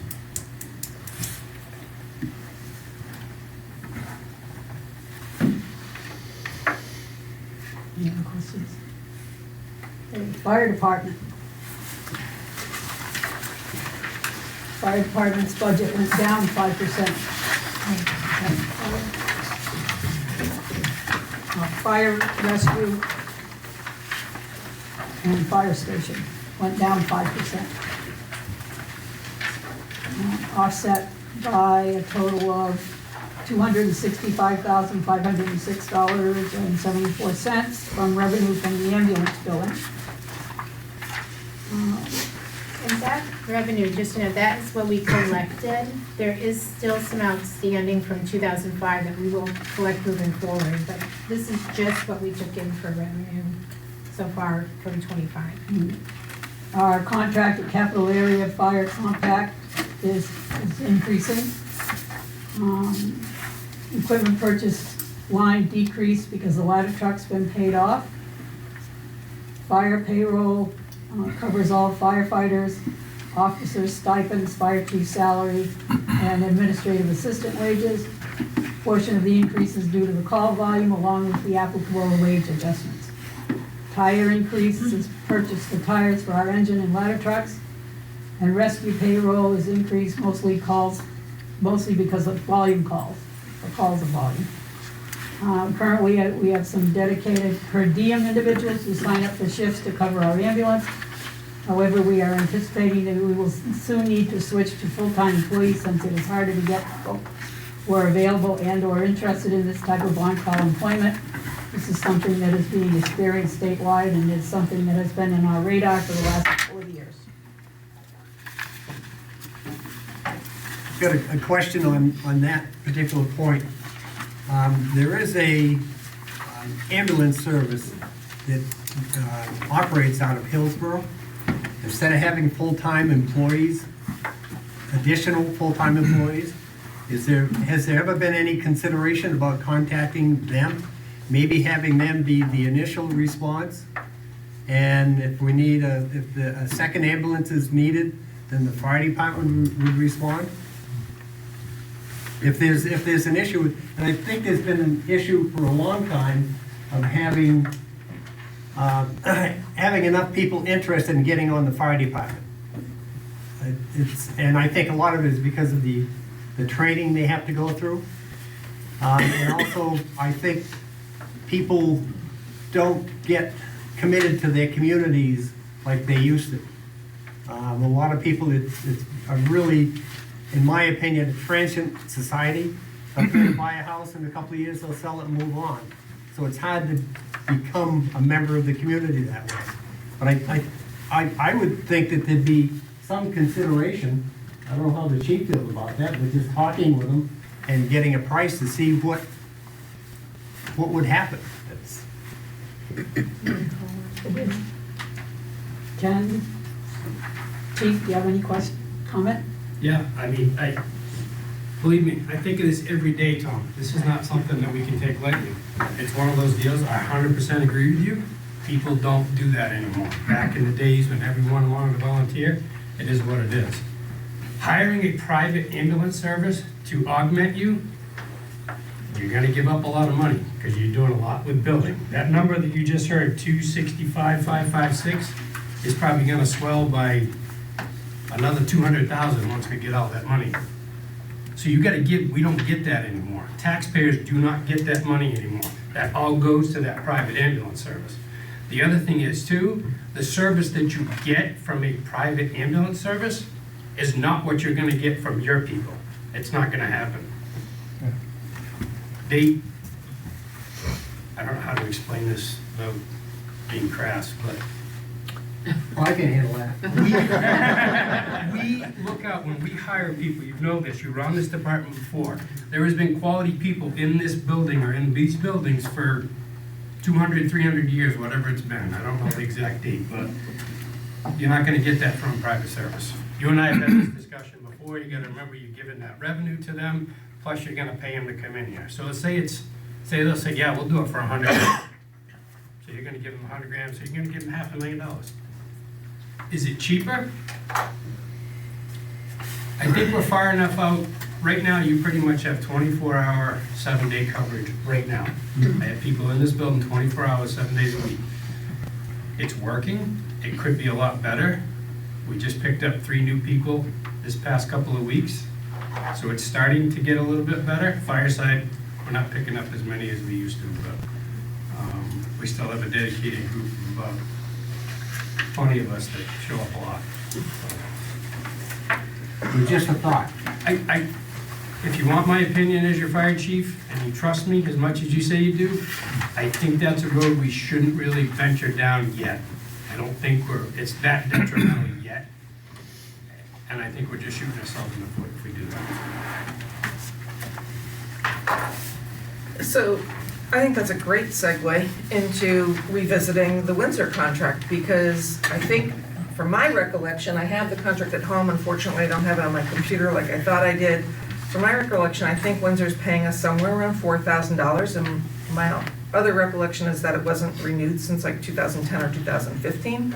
I'm not saying that with absolute certainty, but if it's gonna cost us $200,000 to hire an outside source, then why are we not increasing our cost to Windsor and taking advantage of some real revenue that we should be getting for the ambulance and rescue services that we're providing? Why are we giving that to a town that's only charging $10 per thousand in taxes when we're being all taxed out of our homes because we're at $30, or well now 21, but our property values have increased. So why are we being so generous with our services to Windsor when we're sitting here saying that to hire an outside company would cost X number of dollars? Why aren't we comparable? I don't believe your numbers are right. Did you say 4,000? I'm not 100, I did. Yeah, I think That's the last 3,000 of number I that remember. is police department, so that would give us $1,000. I don't think it's that. I think it's higher than that. Right, I'm not confident with the number, that's just what I Okay. recall, but that's not to say I that's right. believe it's higher than that, and no, I don't, like I said, it was like 5 years ago when we brought them on, because what was happening was, now we're back to the state police and how good they are. Our people were going to Windsor to a certain camp that's up there, and we were putting our people's safety at risk because we were waiting for state police for some, I don't know, for violent kids, we'll just use it at that. So, I don't think we're charging enough. I don't think but I we're can charging say, enough. our call volume in Windsor to that specific school has gone down this year. And overall, it's gone down. I think we're giving away our services, we're being I generous. don't disagree with you, I'm just saying, I was just trying to say that the 4,000 might be a little But low. it's a task of the select board to be getting into those contracts, and, you know, that's their job as the governing body of our town. It's your job to get into those contracts and to know what we're charging. You're not charging enough. I'm not disputing, I mean, we absolutely should be going, we are the closest one, and we have the skill set to do so. I just don't think that we're bringing in enough revenue to offset what the taxpayers are paying for these services. And Windsor, in the meantime, is getting a great deal. Point taken. We'll talk about it. This is the second year we're talking I know. about the same thing. I know. You're right. Honest. Dana Cloud, just as a point of fact, as a member of the planning board, I was involved in the permitting of that ambulance business on Henniker Street. And their business model, they're primarily a transport service. They're not an emergency services provider. Now, that doesn't mean they couldn't change and do something different, but primarily, they're just in the transport. can I interject? I'm not trying to insult you or anything, but transfer. Transfer. We are a transport service. We transport we're a 911 service that goes from the scene to the Concord Hospital to an emergency service. And their transfer. They do nursing home transfers, they do correct. stuff like that. Thank you. All right. That's correct. I used transport last week. Yeah. Sorry.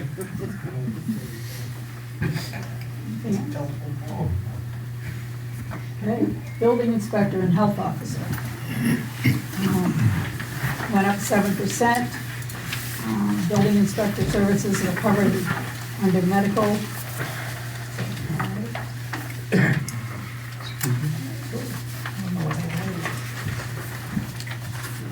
And 2025 expenses is low due to an unpaid medical LOA. What's over? Leave of absence. Oh, leave of absence. So that may have covered my question. So that 21,000 that was under budget, you're anticipating this year is an increase, another 8,000 above last year's budget, plus the 21,000 delta? Because you were underpaid, seeing leave of absence. So he's not underpaid, unpaid. Yes, okay. Right, because there wasn't, that person didn't have enough earned time. Sure. To pay while they were out. So they're back, so that was their salary had they been paid for a year. Understood. So with the increase, that's, where'd you get 21,000? Well, Because that the was the delta. difference, yeah, Yeah. yeah. Okay, so this year's budget from last year, had they worked all last year and working all this year with all the lines, is $8,000 increase for everything, from last year's budget to this year's Yes, proposal, yes. okay? And the revenue for building department was $52,902.20. As we just said, payroll was different because he was on unpaid leave.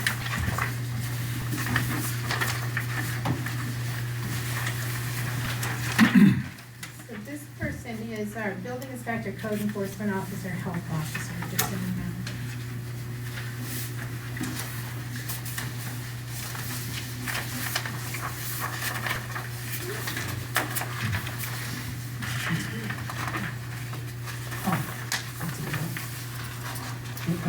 All right, forest fire, 0. I like that one. No, 0 increase. Emergency management is down 25%. Due to a discontinuation of Code Red. And that's about it.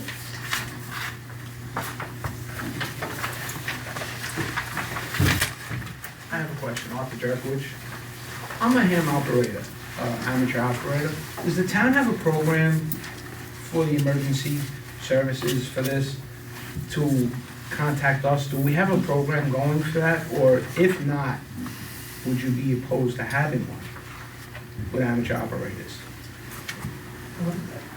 Do we have something that replaced Code Red? Yes, the Genesis alert Oh, system. yeah, but I think, are you talking about the Code Red system, or are you talking about? No, I'm the talking about emergency- just- Our emergency management plan, if that, Yeah, okay. So Scott, I don't have any. so there's nothing, all right. there's nothing in the plan, but that doesn't mean it can't be discussed, for sure. Okay. Or wouldn't you use the Genesis program if you had an emergency management? So I think he's talking about if there's an emergency that is going on. We don't have anything, correct, Scott, in our emergency management plan that we have the resources that we list CAM operators in town that we may be able to utilize Correct. for Oh. an emergency. Correct? That was your question? Yes. Would you be opposed if one would be implemented or try to be implemented? I think it's definitely worth a discussion to see Okay. how that would work, because Yeah. if lines go down, we all think, well, we've got cell phones, we've got not many phones, but. Kim Hansen, I do believe that Concord Hospital has one, because I was looking through their emergency, like their HICS, and they had applications for that. So I know it's on their radar, as a as the Right. hospital. Applications that people fill out to say they have To, help. yeah, Yeah. to join their, you know, incident command, or, Yeah. if you will. Yeah. So just, it's a thought, I mean, then obviously they're, you know, the middle of the spoke, and then they would have a ham radio operators Yeah. all around. Yeah. Just a thought. That's a good suggestion. Dispatch, up 6%.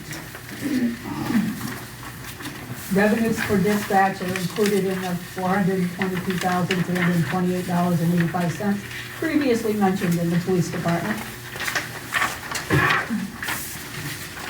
The increases in this department are basically medical insurance and payroll.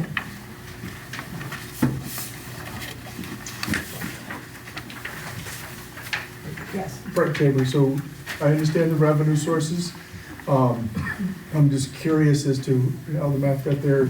The last 3 years, we've added 21,000 plus surplus, 60,000, 120,000, and still this current year is an additional $49,000 increase from last year's budget. So I'm just trying to understand where that is coming from.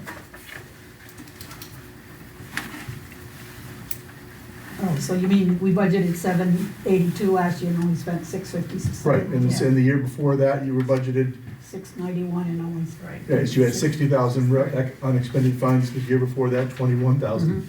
So this year, still going up almost $50,000, I'm just trying to understand where that comes from. So the last 2 years, we were shorthanded in dispatch. So you're back to full staff? I just jinxed it, I know. You did.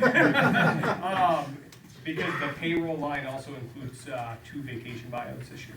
Okay, Because obviously we had the death of the dispatcher that passed Understood. away, and then we have a retirement coming up too. okay, thank you. Did we not carry, so we were short-staffed, but did we not carry that into the last year's 490,000? Is that why we're short in payroll, $70,000? Is it because we were short-staffed and didn't fill all those positions?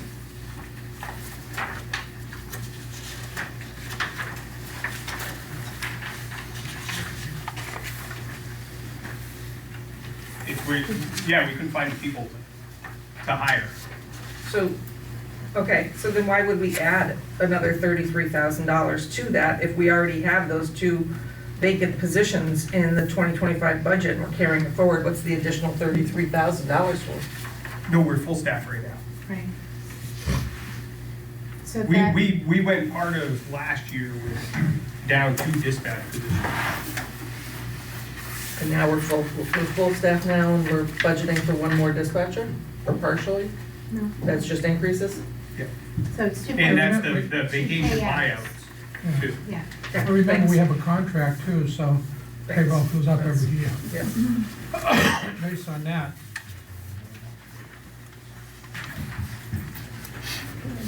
Teen Center, up 7%. Ship for chamber, includes the stipends for the director of service, the assistants.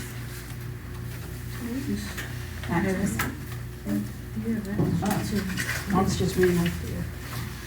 Advertising, this line item now includes Chamber of Commerce membership for the town, and a portion of the increase in this line, in payroll, portion of the increase in this line is for a stipend amount for the director to also serve as an assistant to the town administrator for an average of 10 hours per week to help with policy changes and miscellaneous projects.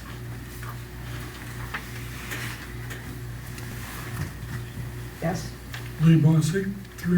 First of all, we could call Tom an old curmudgeon, except I'm the same age and we're classmates, so. He didn't complain it was cold though. 3 things on this. First, the minor one.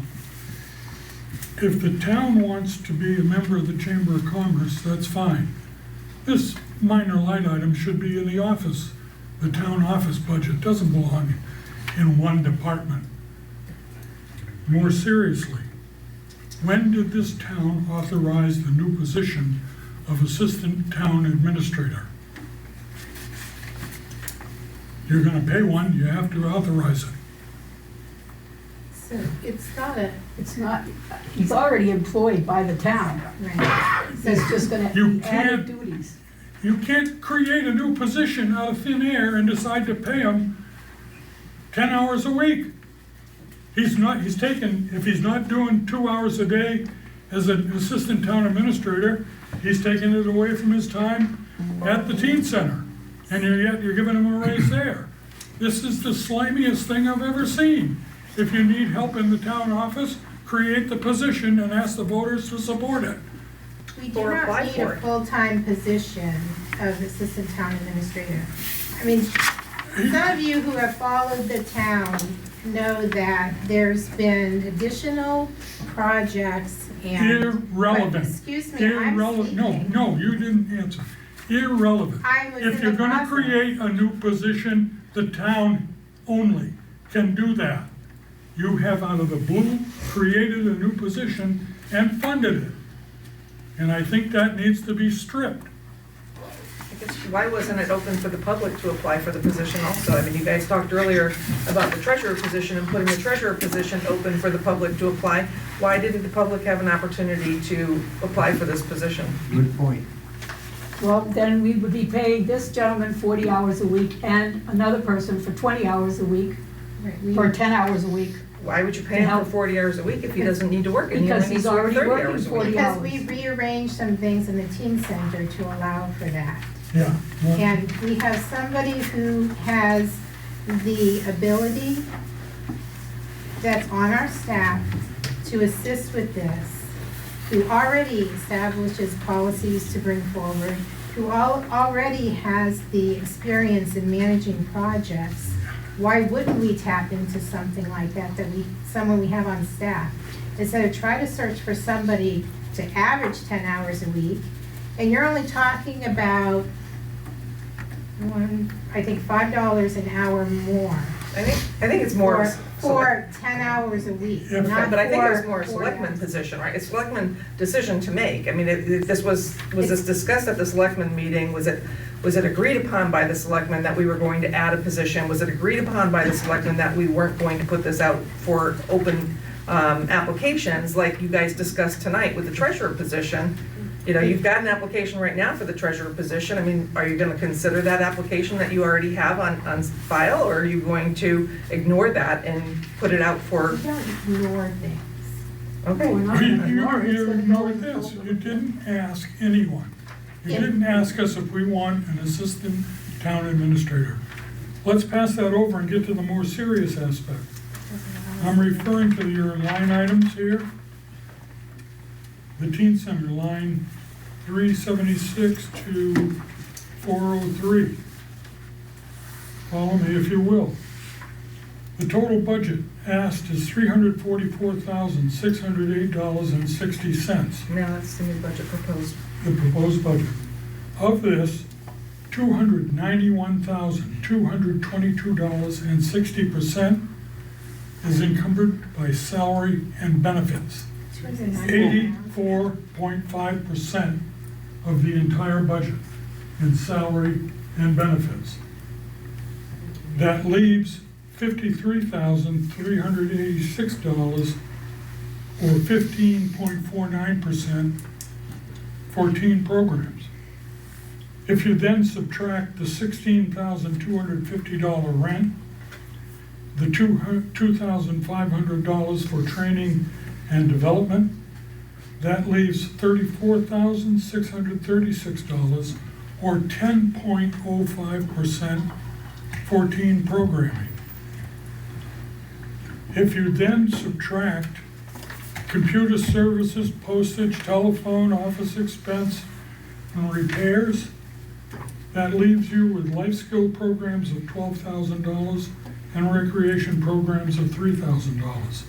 $15,000 in total programming, or 4.35% of a $344,000 budget. That, I suggest, is absolutely absurd. This department needs to be scrapped and reformatted immediately and put more into teen services and less into employed salaries. Can I get back to that, to being able to Thank you, answer Lee. about offer programs that aren't, the expenses are no longer in this budget because they are self-sustaining now with the revenues. This isn't just for the teen center, it's for, they also run, the director runs Manahan Summer Camp. There is a salary line in Manahan for the lifeguards and things such as that. But the programs that we've now offered to the public, many programs under this director, within, JT, was it within the first year became self-sustaining? Yep. And that deserves an applaud as well, because now we aren't budgeting for things like that. And first of all, we've had a Manahan program for 50 years. It has always been separately budgeted and paid for. It is Separately But the budgeted, but the director is not the person that organizes and advertises. And we didn't need one before. It was done through the town office or the Park board. park board. Beyond that, where are the revenues? I see no revenues from the teen center that are funding, and if you've got all these extra programs, why aren't they in here and showing us how much it's costing us to run them? If you've got the proper way to do it, you show the revenues, you show the expenses. That's what you do on everybody else, but there's none shown in this teen center. We had the same excellent program for years in the teen center under the prior director. The teen center is not, we do not charge individuals to come to our teen center. So there is no revenues for the teen center. There are recreational revenues when she gets to that budget, as is in the paperwork there. We could certainly, if you'd like, a copy of the revolving fund that shows the revenues coming in and the expenses going out for the programs that we offer, the recreation programs, and you can see that it's self-sustaining. I just have a quick question, Kim Hansen. We're still kind of new here, so the teen center, is that, the teens, could that be brought into the school? I'm just a little confused as why it's not part of the school. Right. So I'm gonna have the director. Yeah, JT, you're the director of the youth center. Yeah, so the school runs an after-school program for, it's K through 5, Kid Adventures. Just K through 5? Yep. And then we run a 7th through 12th grade. We are looking at running it to 6th grade, because we don't get a lot of 12th graders that come. So we are looking to open it up to 6th graders, but we run that program